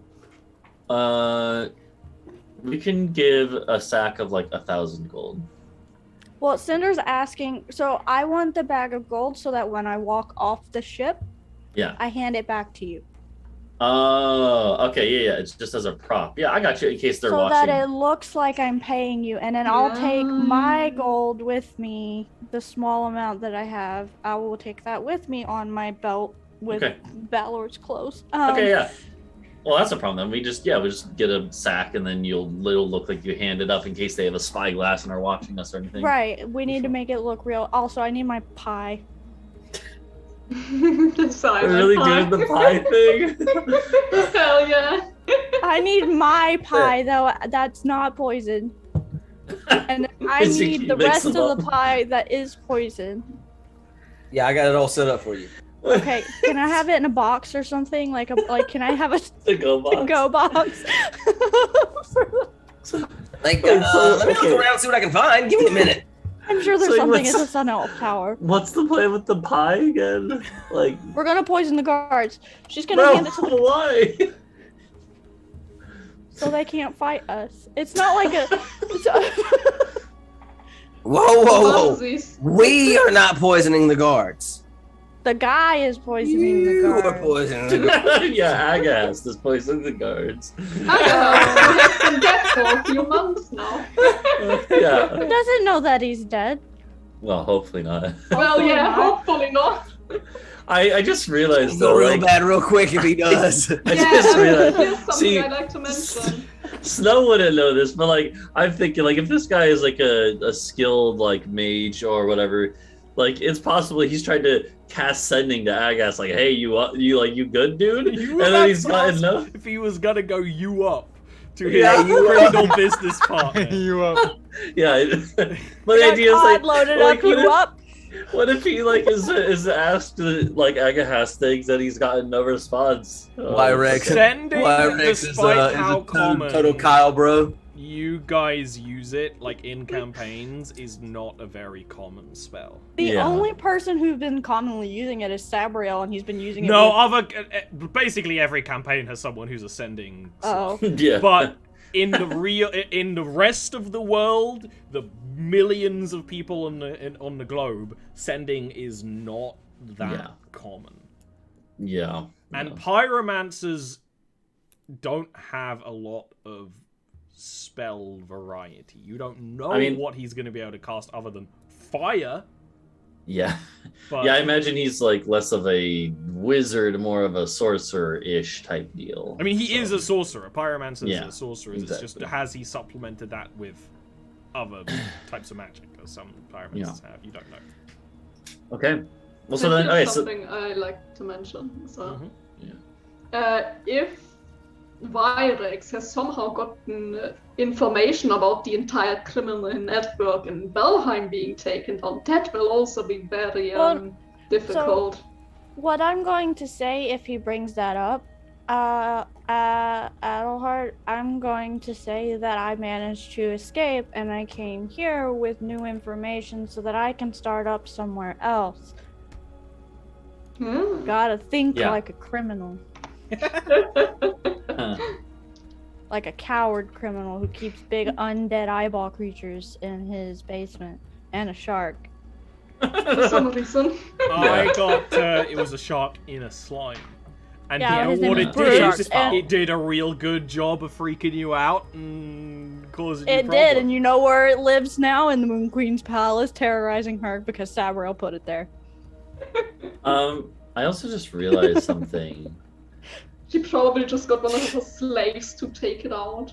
They're not slaves. Oh, They're mind-controlled citizens of the queendom of Valheim, okay? They're the freedom disabled. Our Sims mod ever. Yeah. So I guess yeah. So okay. So let's go through. All right. So Cinder leaves. Makes an act like we're getting paid for taking Agahast here. Agahast walks up the last little few minutes up to the camp. Question! Is Agahast alone? Are you taking someone with you for all of this, or is Agahast completely alone? Well, okay, here's the thing. All of us can be teleported to you except for Goma. So maybe Goma should be with you. It is a son of town. Yeah, maybe she'll have Goma come with her as her hired bodyguard. Yeah. Yeah, Goma's got to play the part of a bodyguard. Yeah. Mm-hmm. Hey, babe, do you care to be my bodyguard? Do I have to talk? No. Okay. You just got to stand there looking hot and intimidating. Just like that. Yeah. That's the one. It's like, oh, I'll guard that body any day. No, okay. Okay. Okay, so I go up with my bodyguard and I bring the forged documents. Wait a minute. Hold on. Somebody's gonna detect magic real quick. She just had a thought. Am I being scryed upon You don't think so? with detect magic? Don't see anything other than all the, weird shit regularly going on. All the dead kobolds on the floor filled with death magic. Okay, so she pauses really quick as she says that, and then she like casts a spell. And you know, Adalhard and Jesse, you probably know what she just did. Okay. But anyway, so I go in there with the forged documents And the pie. And the pie. But the pie's gonna be like in a nice container. Yeah. And I'm just gonna be bring it as a gift for the guards. Or I just drop it on the guard table. Actually, you know what? She pulls her lizard out of her bag. She's gonna be like, okay, so here's what you're gonna do. And she explains it to the lizard. I'm gonna give you this when we get outside and you can carry it up.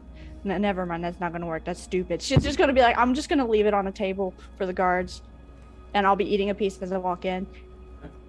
And then from there, try to get information from him. I'm gonna ask for an audience with the pyromancer Wyrex and ask him for just chat with him for a little bit and see what he tells me and be like, hey, I've got a new source of information, and not reveal anything until he tells me things. And then if things go wrong, we'll have our weapons ready the whole time, and you just. If things go wrong, I'll either teleport myself and go out, or I'll teleport you guys to me. Okay. Adalhard will also just hold up the sketch of the woman. Will you need this as well? I don't know. She was in his notes, right? So he would know what she looks like. He would know who I'm referring to if I've sold her to him before. So I think the sketch would be too much. Yeah, I might actually be more suspicious if you have that. Yeah. Yeah. Because maybe I need information on her to have her go and deal with them. The people that I've got the forged document for. Are you ready to go? Maybe I'm very excited to see how this goes. Yeah. It's not gonna go well. Very carefully throwing kobold bodies out of the tower. Well, just 4 minutes later, you hear very quiet splooshes. Okay, I mean, I guess we enact the plan. Okay. What is Adalhard wanted to say?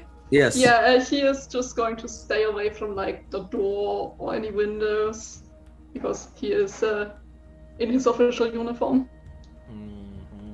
Cinder's in Ballard's clothes as the Tiefling man. Yes, Cinder, you can drink the potion, you can become the spitting image of Agahast. You put on Ballard's blue robe around yourself, and you park the Rock of the North around 30 minutes away from Wyrex's ship, where it's docked on the side of the mountain. You are also now docked on the side of the mountain. You can get out with Gomer and start finding a way further up the mountain to that camp, which you do, given a little bit of time, and can approach this camp. As you approach, you see a few wood and metal shelving units out in the open, a few crates and boxes, kind of around the corner, almost where the mouth of the volcano seems to be, which is kind of side on, almost. It does appear to be very basic kind of like cave structure set up, but most of everything, you can even see the people here, they're working and operating on the top of the ship. There's 2 hobgoblins on the ship, and there's 2 hobgoblins on the kind of plateau cliffside by the ship, and then there is a bridge connecting it. The hobgoblin guard that first notices you approach will look over to you quite slowly and march over. You don't need to give me an insight roll to work out. There's something off with this hobgoblin. They're very...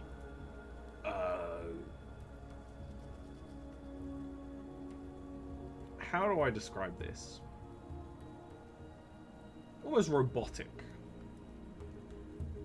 When they march up. They are wearing armor. You wouldn't know this, but it is Hobgoblin War-called armor, although it's older. It's these... Again, it's armor that's meant to look jagged and primitive, but actually has very high protective qualities. That was almost a nat 20. It's 17. What are you trying to gain from that insight? You told me roll an insight. I told you don't need to roll an insight. Oh, I heard roll it. No. What's off about why is he? They what is seem he? almost robotic in their approach. Okay. They don't like yell at you. They just kind of quietly walk up to you. You're not sure, but you don't think you can hear them breathing.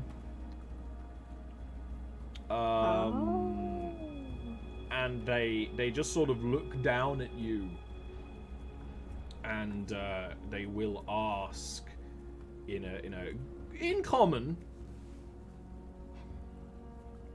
"Why have you come here?" I need to speak to the pyromancer. You are not expected. I have something he might want.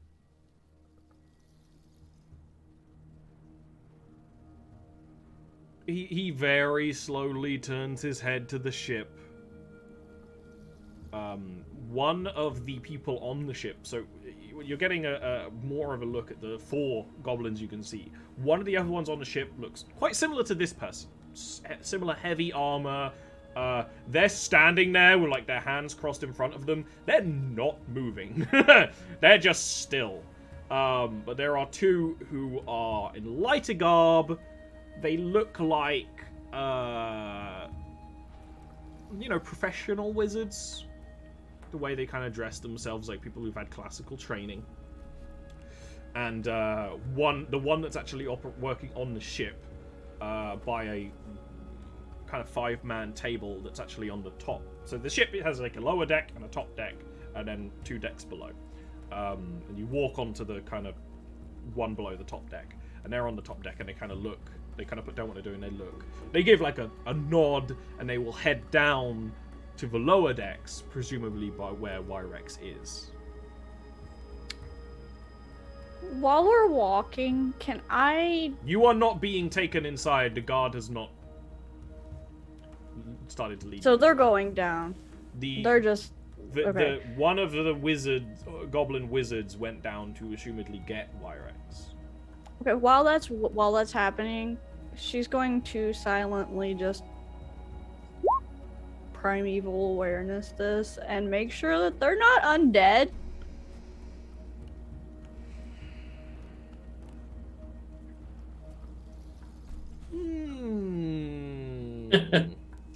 Did I just break Ollie's plan? You sense Fae and undead. Can she tell? It's not a good sign. Yeah, No, Don't like that. Don't like that at all. Hate can that. she tell based on, because she is, Fae, can she tell, like, what court maybe this might be connected to? You need to be looking at and working Okay, on but she can sense specifically it, so the this Fae is... thing. I would allow you to try and do that. You just need to know the Fae thing you're kind of interacting with. How long does that last? You are Herald. You've just done it. It doesn't last any time at all. You've just done it, and it tells you. It's 1 minute. Oh, okay, it does take time. But still, it's like, you sense that. You sense the... Okay, Same. she's definitely not showing it externally, but she's definitely like, fuck. Like, mentally. Okay. After a few moments, the wizard, the goblin devastator, will come out and will make a kind of motion to the bigger guard. And they are big. They're quite a bit taller than the other average goblins, and more muscular too, the guards. And they will just kind of do like a kind of side nod and move towards the top of the ship. This time, you know, we're kind of expecting you to follow. You are currently Okay. holding a pie.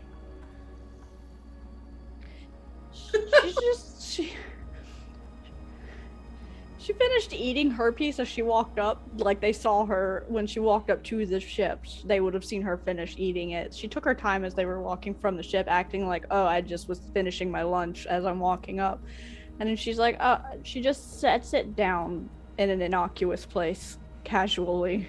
Sure, there are like tables and things near where the quite long bridge towards the ship is. It's like a 30-foot bridge, and this isn't rickety either. This is fairly well bolted down. There is the kind of clatter jangle of chains as the high winds here rock the chains around and the vines creak, but the ship is very securely moored there. Yeah, she just sets it. She doesn't draw attention to the fact that she's setting it down. Like, she's not trying to catch anyone's eye with it, like, hey, here's some pie. Like, no, she just, as she's walking past, just keeps walking. Okay. When we get closer to Wyrex, she'll activate Primeval Awareness again as we get You would sense the close. same thing, because you've not left a 6-mile area. Oh, okay. It doesn't... This isn't, like, detect magic. Oh, yeah. Never mind, then she won't... If she knew that, she would do it again. Yeah.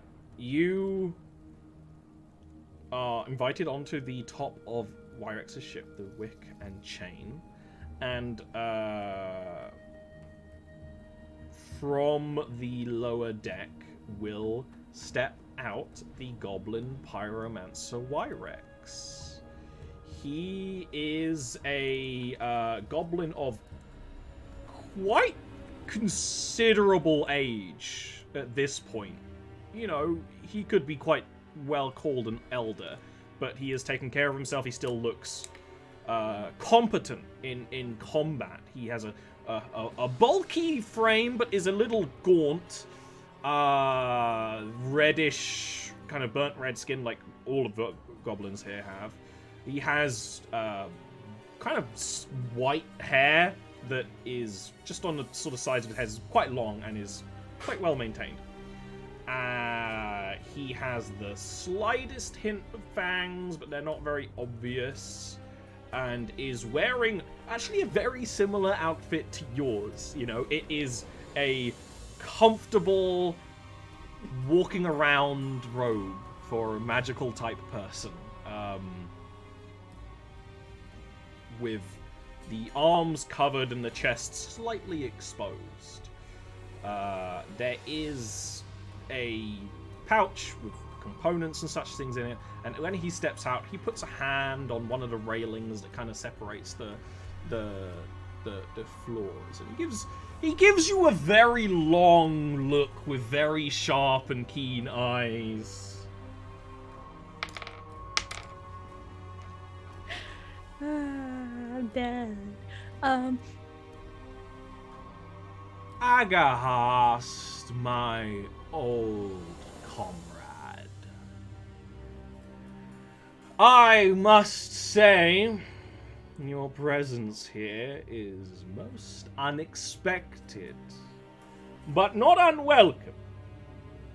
Do you have need of more victuals? Or has the... He, like, steps up and he looks past you, immediately noticing the apple pie. How interesting. Have you managed to gain an alchemical treatment that cured you of your crippling apple allergy?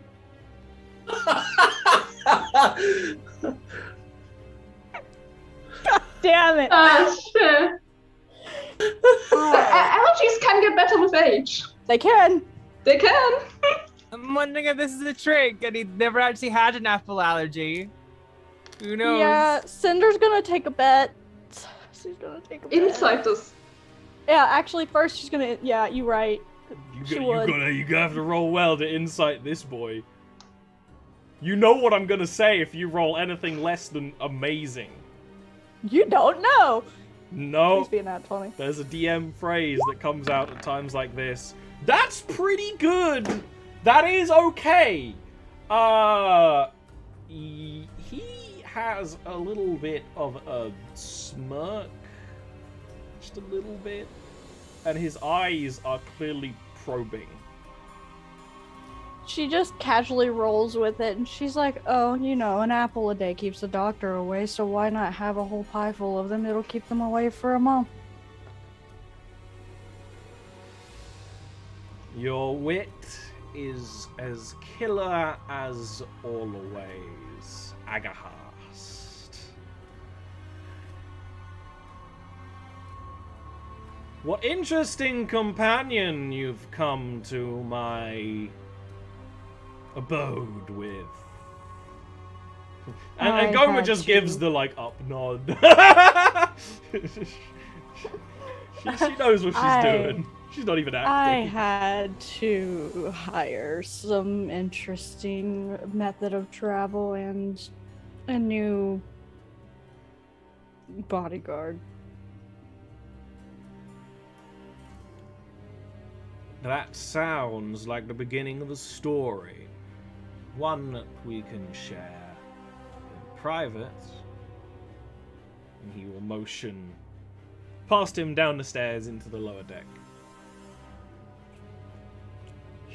You will follow him. He will lead you, go around the corner into a door into what looks like a captain's quarters on a ship. Starkly decorated, but stocked with writings and boxes of papers and calligraphy equipment and such things. This is a working desk. Clearly, there's this heavy smell of charcoal in the room, and there's actually a kind of, you know, that kind of wooden smell that actually carries around with Wyrex. You thought it might have been the ship first, and there's a definite scent to some kind of coating on the wood of the ship. But you are brought down into this room. He will close the door after you enter with Goma, and slightly motion to the. There's a desk, and there's maybe a couple other chairs. And there's actually a bed. And he will slightly motion to it. Tell me,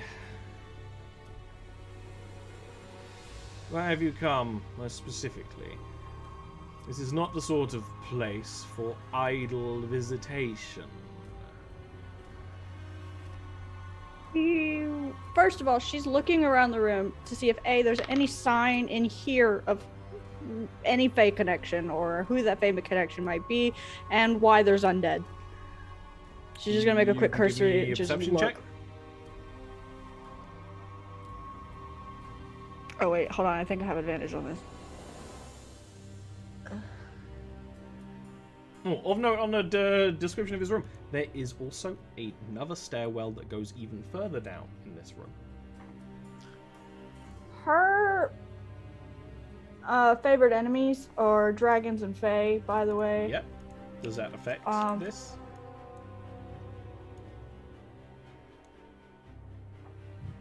You have significant experience studying, tracking, hunting, even talking to a certain type of enemy. You have advantage on wisdom checks to track them, as well as on intelligence checks to recall info about them. So, would this be considered some sort of tracking? Yes. Okay. So, roll that at advantage.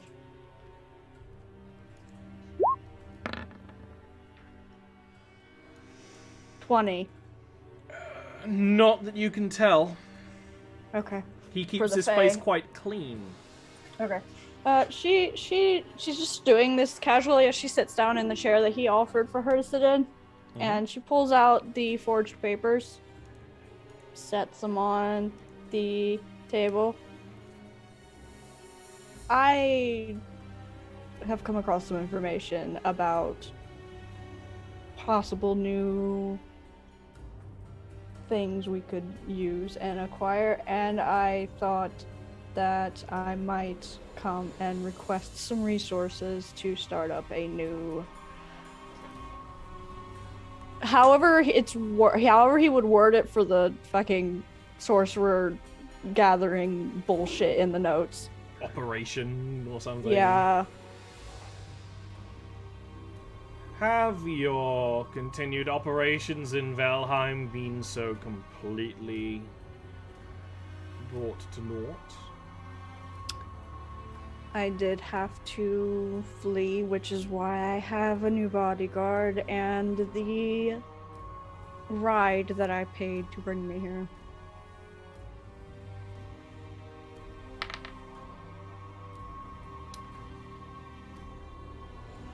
He will smooth his hands over the forged documents and look over them quite carefully. Now, this is very interesting. I have not been able to continue much of my experimentations into latent sorcery. Very interesting indeed. He's like focused down on the papers. Yeah, she's like, yes, I came across this and thought that it might assist you in that. I was going to ask for a specific sorcerer that we have used previously for help in this operation. You'll have to be more specific. He puts out the page from the notebook that's in his actual handwriting. Like, she pulls the notebook out and slides it over, points at the cryomancer. Ah, the cryomancer. Miss Hargreaves. I must inform you that she has not been in my company for quite some time before I even relocated to this location.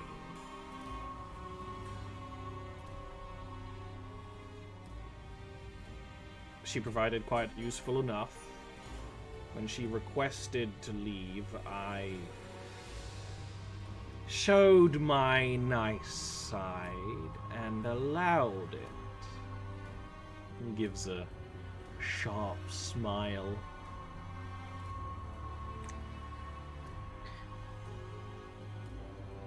Oh, Cinder's gonna take a bet.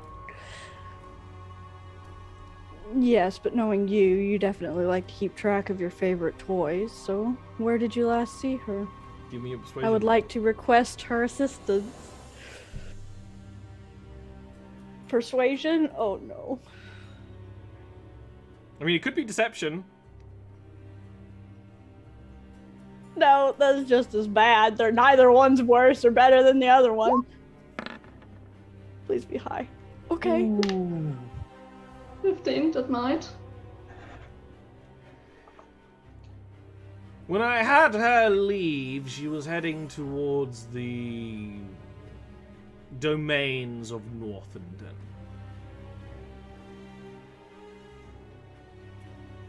Yes, it is quite a way away.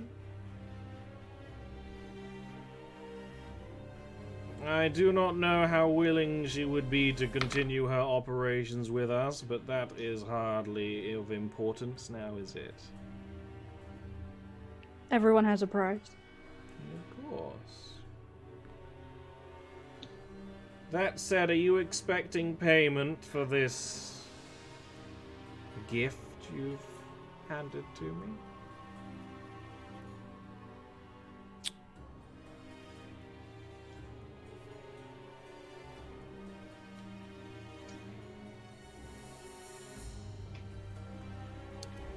They're comrades slash friends is what I'm getting from this.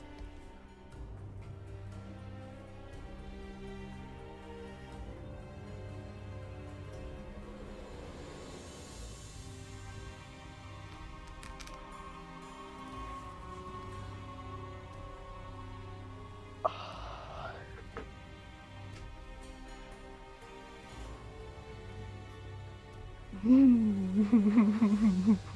I are you don't gonna say? know. Are you just gonna pause? Yeah, whatever, fuck it. He's going to just kind of like tilt his head slightly, like, you know, giving that intended dramatic, like, what do I want to do? Do I want to be generous kind of thing? He's like, well, how about we call it a favor ode? Or you can give me some information. Come now, was not the information about Miss Dahlia Hargreaves enough for you? I do not know how I just handed you a whole village of potential experiment subjects.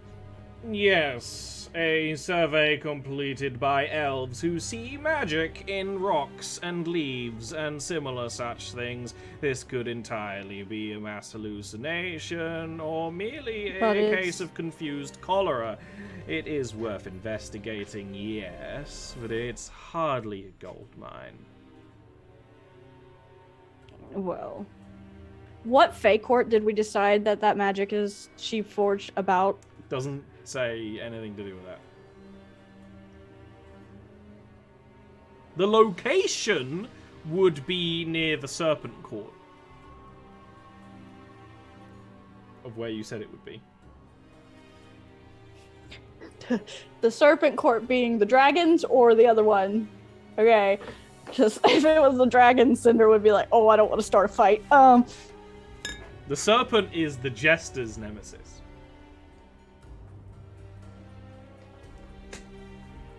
Mommy would 100% start a fight. She's gonna just fuck it. She's gonna say it. Well, it is connected to the Serpent's Court, or above it, near the Fey Plane, and according to my research, that could be of use to you, could it not? Since when did you know about the Mirror Planes and their politics, Aghast? I thought your nose was secured quite firmly in the politics of this world. It is, but, you know, I do like to collect my aberrations and other things. Sometimes it's fun to dive deeper into the more abstract. I found some research and then I got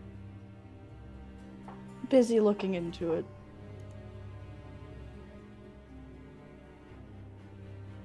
He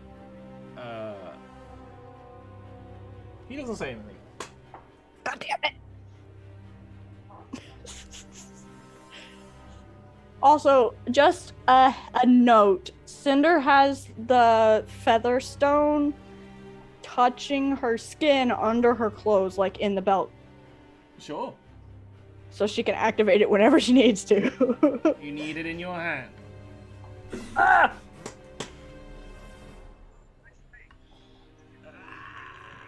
My bookshelf is not very well made. I'm not getting a book out or anything, but my bookshelf is not very She just well had, made. okay, well in that case, she's got her hands like in her... She's got a hand in her robe while she's sitting down. Yeah. I mean, that's totally fair. Right? We've all had our hand in our robes occasionally. Uwo.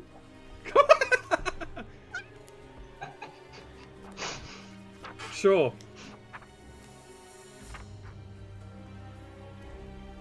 You know how I'm actually gonna word this? Okay, so you know Goma.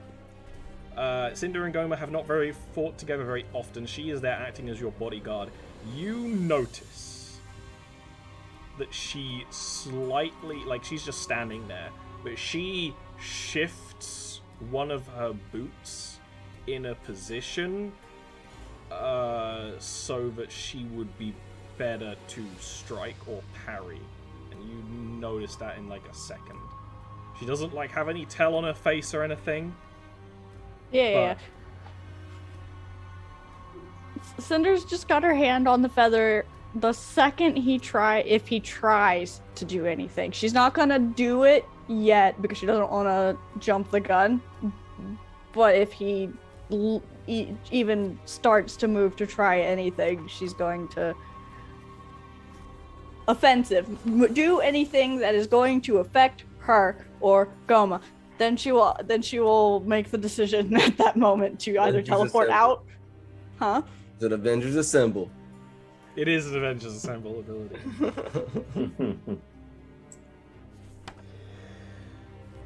To do what to do.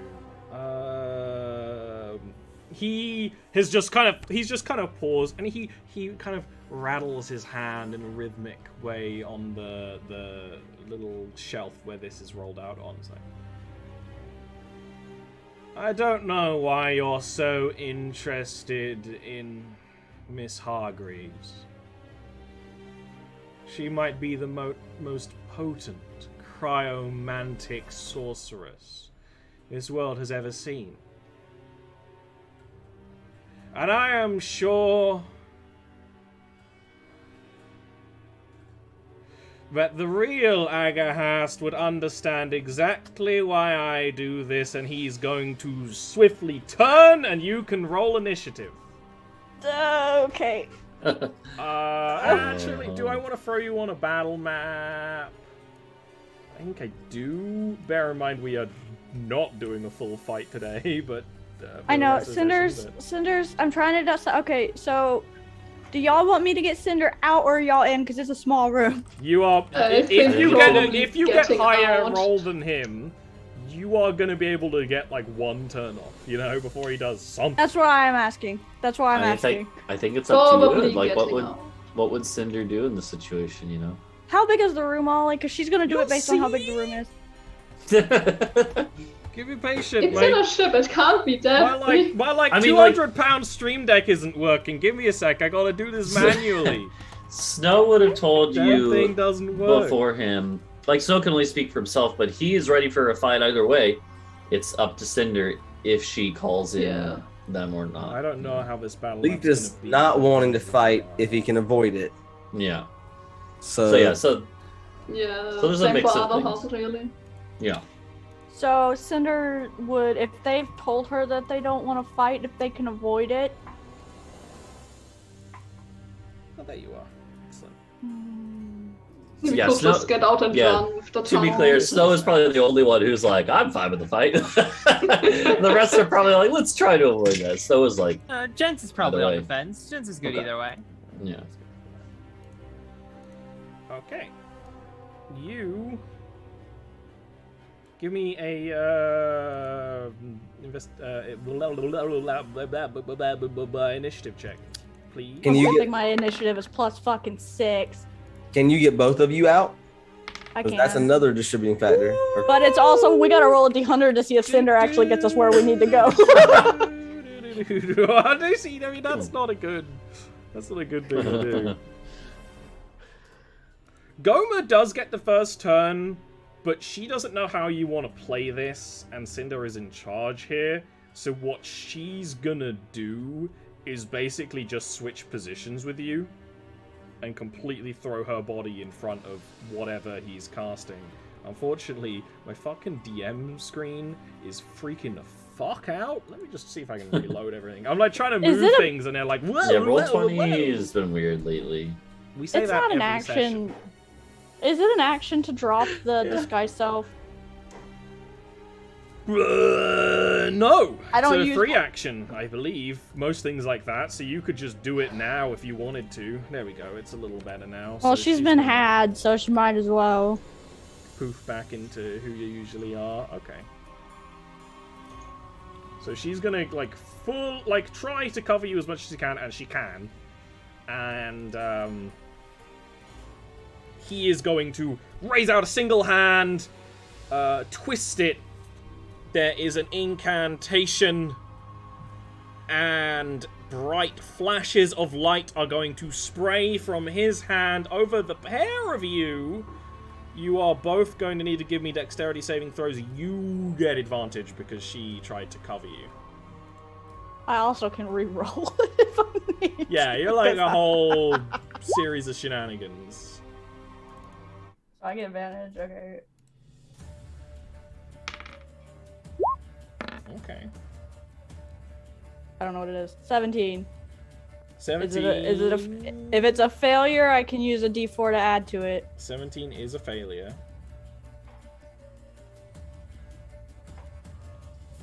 I mean, this guy's got pretty high DC. 18? 18 is a success. Oh, okay. Both of you save. There are still going to be effects. Let's see which color of prismatic spray hits you each. Oh, I forgot about that. So Gomer is going to be hit by a yellow light, and you're going to be hit by green light. What does that do? We'll see. I just need to collect some dice. Oh no. Get out Yeah, of here, Cinder's just gonna Tina. yeet us both out of there. She's not even...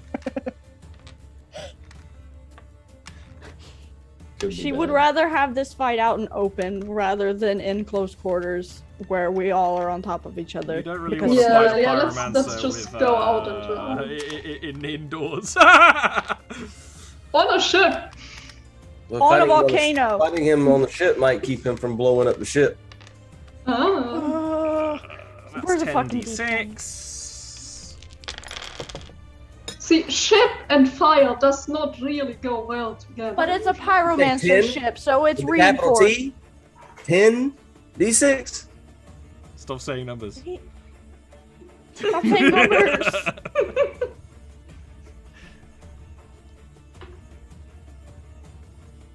So, Goma would have taken 41 lightning damage, but she saves and takes half of that.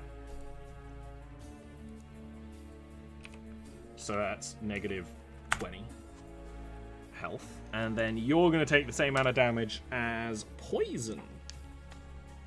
Well, you're Okay. going to take the same amount of damage roll. Let's see what the dice say. There's a lot more ones.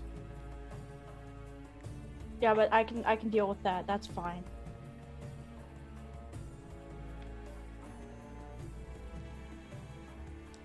So it would have been 27 poison damage. That's going to be halved to 13. So you know you take it. That's not bad. That's not bad. Halved again to 6. She's gonna absorb elements. But Well, can I will can I... say you did already use your reaction for the Oh, did I? D4.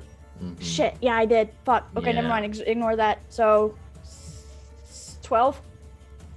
13. 13. Okay, I'm fine.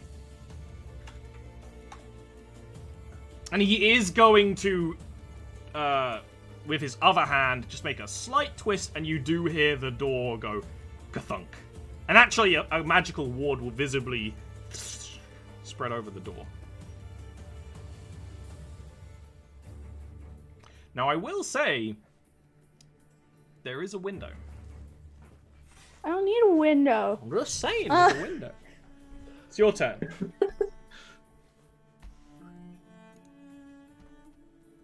Yeah, we need to get outside because enclosed room with fire and smoke. Someone's gonna suffocate. She's gonna grab Goma real quick and then roll a D1 and just try and get out to the ship. Okay. Bear in mind, you've got way more chance of this failing than not. I know. The camera cuts to us all chilling in the tower, eating pie, and Stone's like, I hope this isn't the lace pie. I hope you didn't mix this up. Actually, while that's happening, Ollie, has the pie been eaten yet? Jump, tick, tick.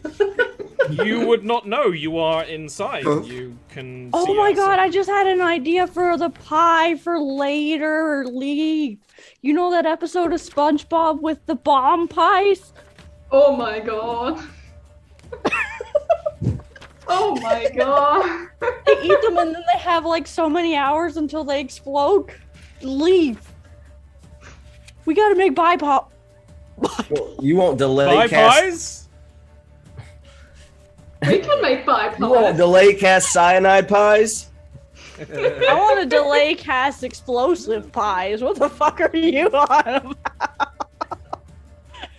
This episode's titled War Crimes and Weed This pie for was real. made in a in a fireball factory for delayed fireballs.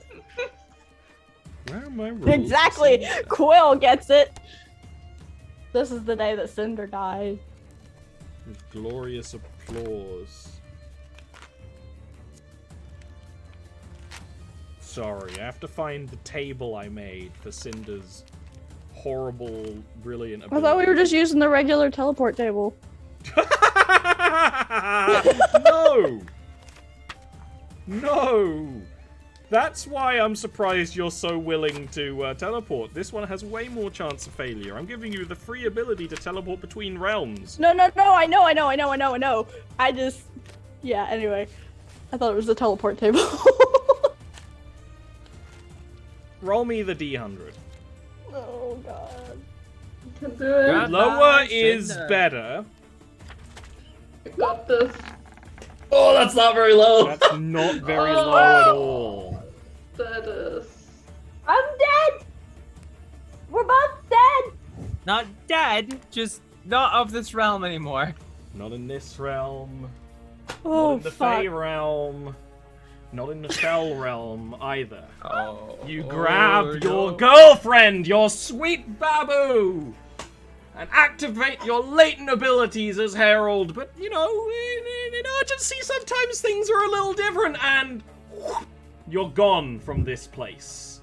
Into another place where you can't quite feel the ground at all. You feel heat licking at you from every direction.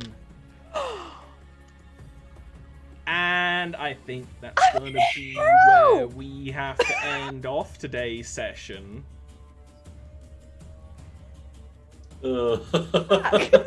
It was all going so well. And now we're in hell. Not you! You all are! Just Cinder and I know. her Just girlfriend. Cinder. You're fine. You have Oh, the that should be Featherstone. interesting. The Wayfinder did say it probably won't work as intended between realms. Wait, don't bring I us know. there. You Don't might bring be us able to do there. No. it. Though. He's not gonna do that. What I'm saying is Cinder has it, so y'all can't get me. Yeah. Ah, fuck. Yeah. Alright, well. Yeah, we can get Cinder. You can't. Only the feather. The only person holding the feather can do it. Your armbands are just. Oh, Listening. I see. Please. Alright. But where exactly Cinder has gone off to, and what will happen next, will surely be a grand time next week. Same bat time, same bat channel. I mean, honestly, that's why I'm so surprised that you managed to get it to work the first time, because you have a 75% chance of going somewhere the fuck else, or with your ability. So, the fact that it worked the first time just gave you a false sense of confidence. It's like when I gave one of my other parties a thing that let them do wild magic and nothing weird ever happened. And they were like, this is just good. Nothing bad ever happens. And then one time, like, they turned into a Cronenberg monster and they were like, what? How could this happen? I'm like, it's just random. We've dude." done the fucking around, now for the finding out. Well, see, look. Here's Cinder's logic. It's an enclosed wooden room. Bet you hope you took the window now, huh? No, not really, because then they were still gonna have to fight their way off the ship. The window would have gone outside the ship. Points to the cliff. But then they would have had to take fall damage because Cinder can't fucking fly. Either This way, was the better option. yeah, bad all the way around. Now you're in the bad place, and we'll see what happens next time. But before all that, of course, we will go around the table and thank the people who are here for being here, and you can talk about the things that you've got going on when you aren't teleporting unreasonably into planes of which have never been seen before in this show. Oh no. In any of the Oh, this shows, isn't actually. good. Oh no. So, why don't we start with at the top of the table, Zach? Let me change off combat music. So I had a very successful audition this past week for Your Good Man Charlie Brown, and we are starting our first read through is Monday, so we're going to be starting Hey. our rehearsals this week. I'm very excited about it. We got one heck of a cast. I'm super pumped after all the talent that showed up. So Awesome. Hell yeah. Let's keep going with poetry. Yeah, so I've mostly been doing Peggle speedrunning the past couple of weeks, but I also tomorrow evening will be running my Sunday game on stream that is going well. The players saw a purple worm and then might decide to go back and fight it, even though they didn't have to, which is an interesting decision. And they also killed a ruler of a dwarven keep, ran away after doing this, and they're like, we should go back again. So interesting decisions all around. But turns out D&D parties everywhere make silly mistakes for no reason. Testing their luck. Yeah. Okay. So yeah, that's it for me though. Okay, next is AJ. Hi, I'm AJ. I currently don't really do much because I'm getting used to a new job. There's art sometimes on my Twitter and my Tumblr. On my Tumblr, there's also a lot of writing from my world. You can find that link to my Tumblr on my Twitter. So if you're interested in some story stuff, you can go there. That's about really it. I've sadly not been doing much, but I'm trying to get better with it. And we got Quills. So it's been busy the last week for me. This year's coming up Quills because one, I put out the trailer for the New War Abridged, which will be coming out sometime in April. Not a set date because I am not putting myself down because sweet lord, I've ran into so many issues already. But you can check out the trailer on my Twitter or my YouTube, Voice Quills. I'm also in my first game.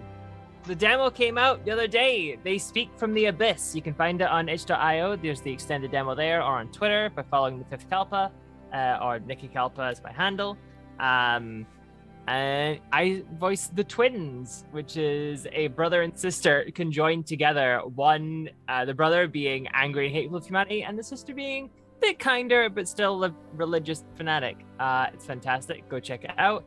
And then, I can't say anything more other than very soon I'll also be doing some recording for a visual novel very soon. So you'll be able to hear me in that, and I'll provide more details when I can. And lost in a place that has no name is Ori. I'm afraid. I do art full time as my job, and now I may be. I don't know what to do. I do art full time. I am on my current. I only have one commission right now, so hit me up. I gotta work on that, and then I will be open again. Yeah, that's my full time job, and now I'm gonna continue to panic about Cinder for a week. That's what your DM is here for. Prolonged panic attacks. I'm Ollie. You can check out more of my stuff at this channel when I can. There are other streams. We're playing Mario Rabbids Sparks of Hope. That's mostly on Tuesdays and Wednesdays at the moment. There's kind of less streams going on, but the streams you have are better than ever, juicy in the center, and full of pog moments, brohams. And there's also art and stuff on my Twitter all around. You can find it if you like this show and like what we're doing. You can support us on Patreon. Patreon/OllieRant. There's a extra show for $5 or more that is set in the ancient past, and all the kind of other things that I can't post anywhere else, or sneak peeks go on Patreon. So do check us out there. Do check us out next time. Do watch the other stuff if you want to see. You can't find any hints about where Cinder's gone in the other shows, but you can try. You can try and find out over the next 4 weeks. Next week. And we will say thank you to the Patreon supporters and see you next time. Bye.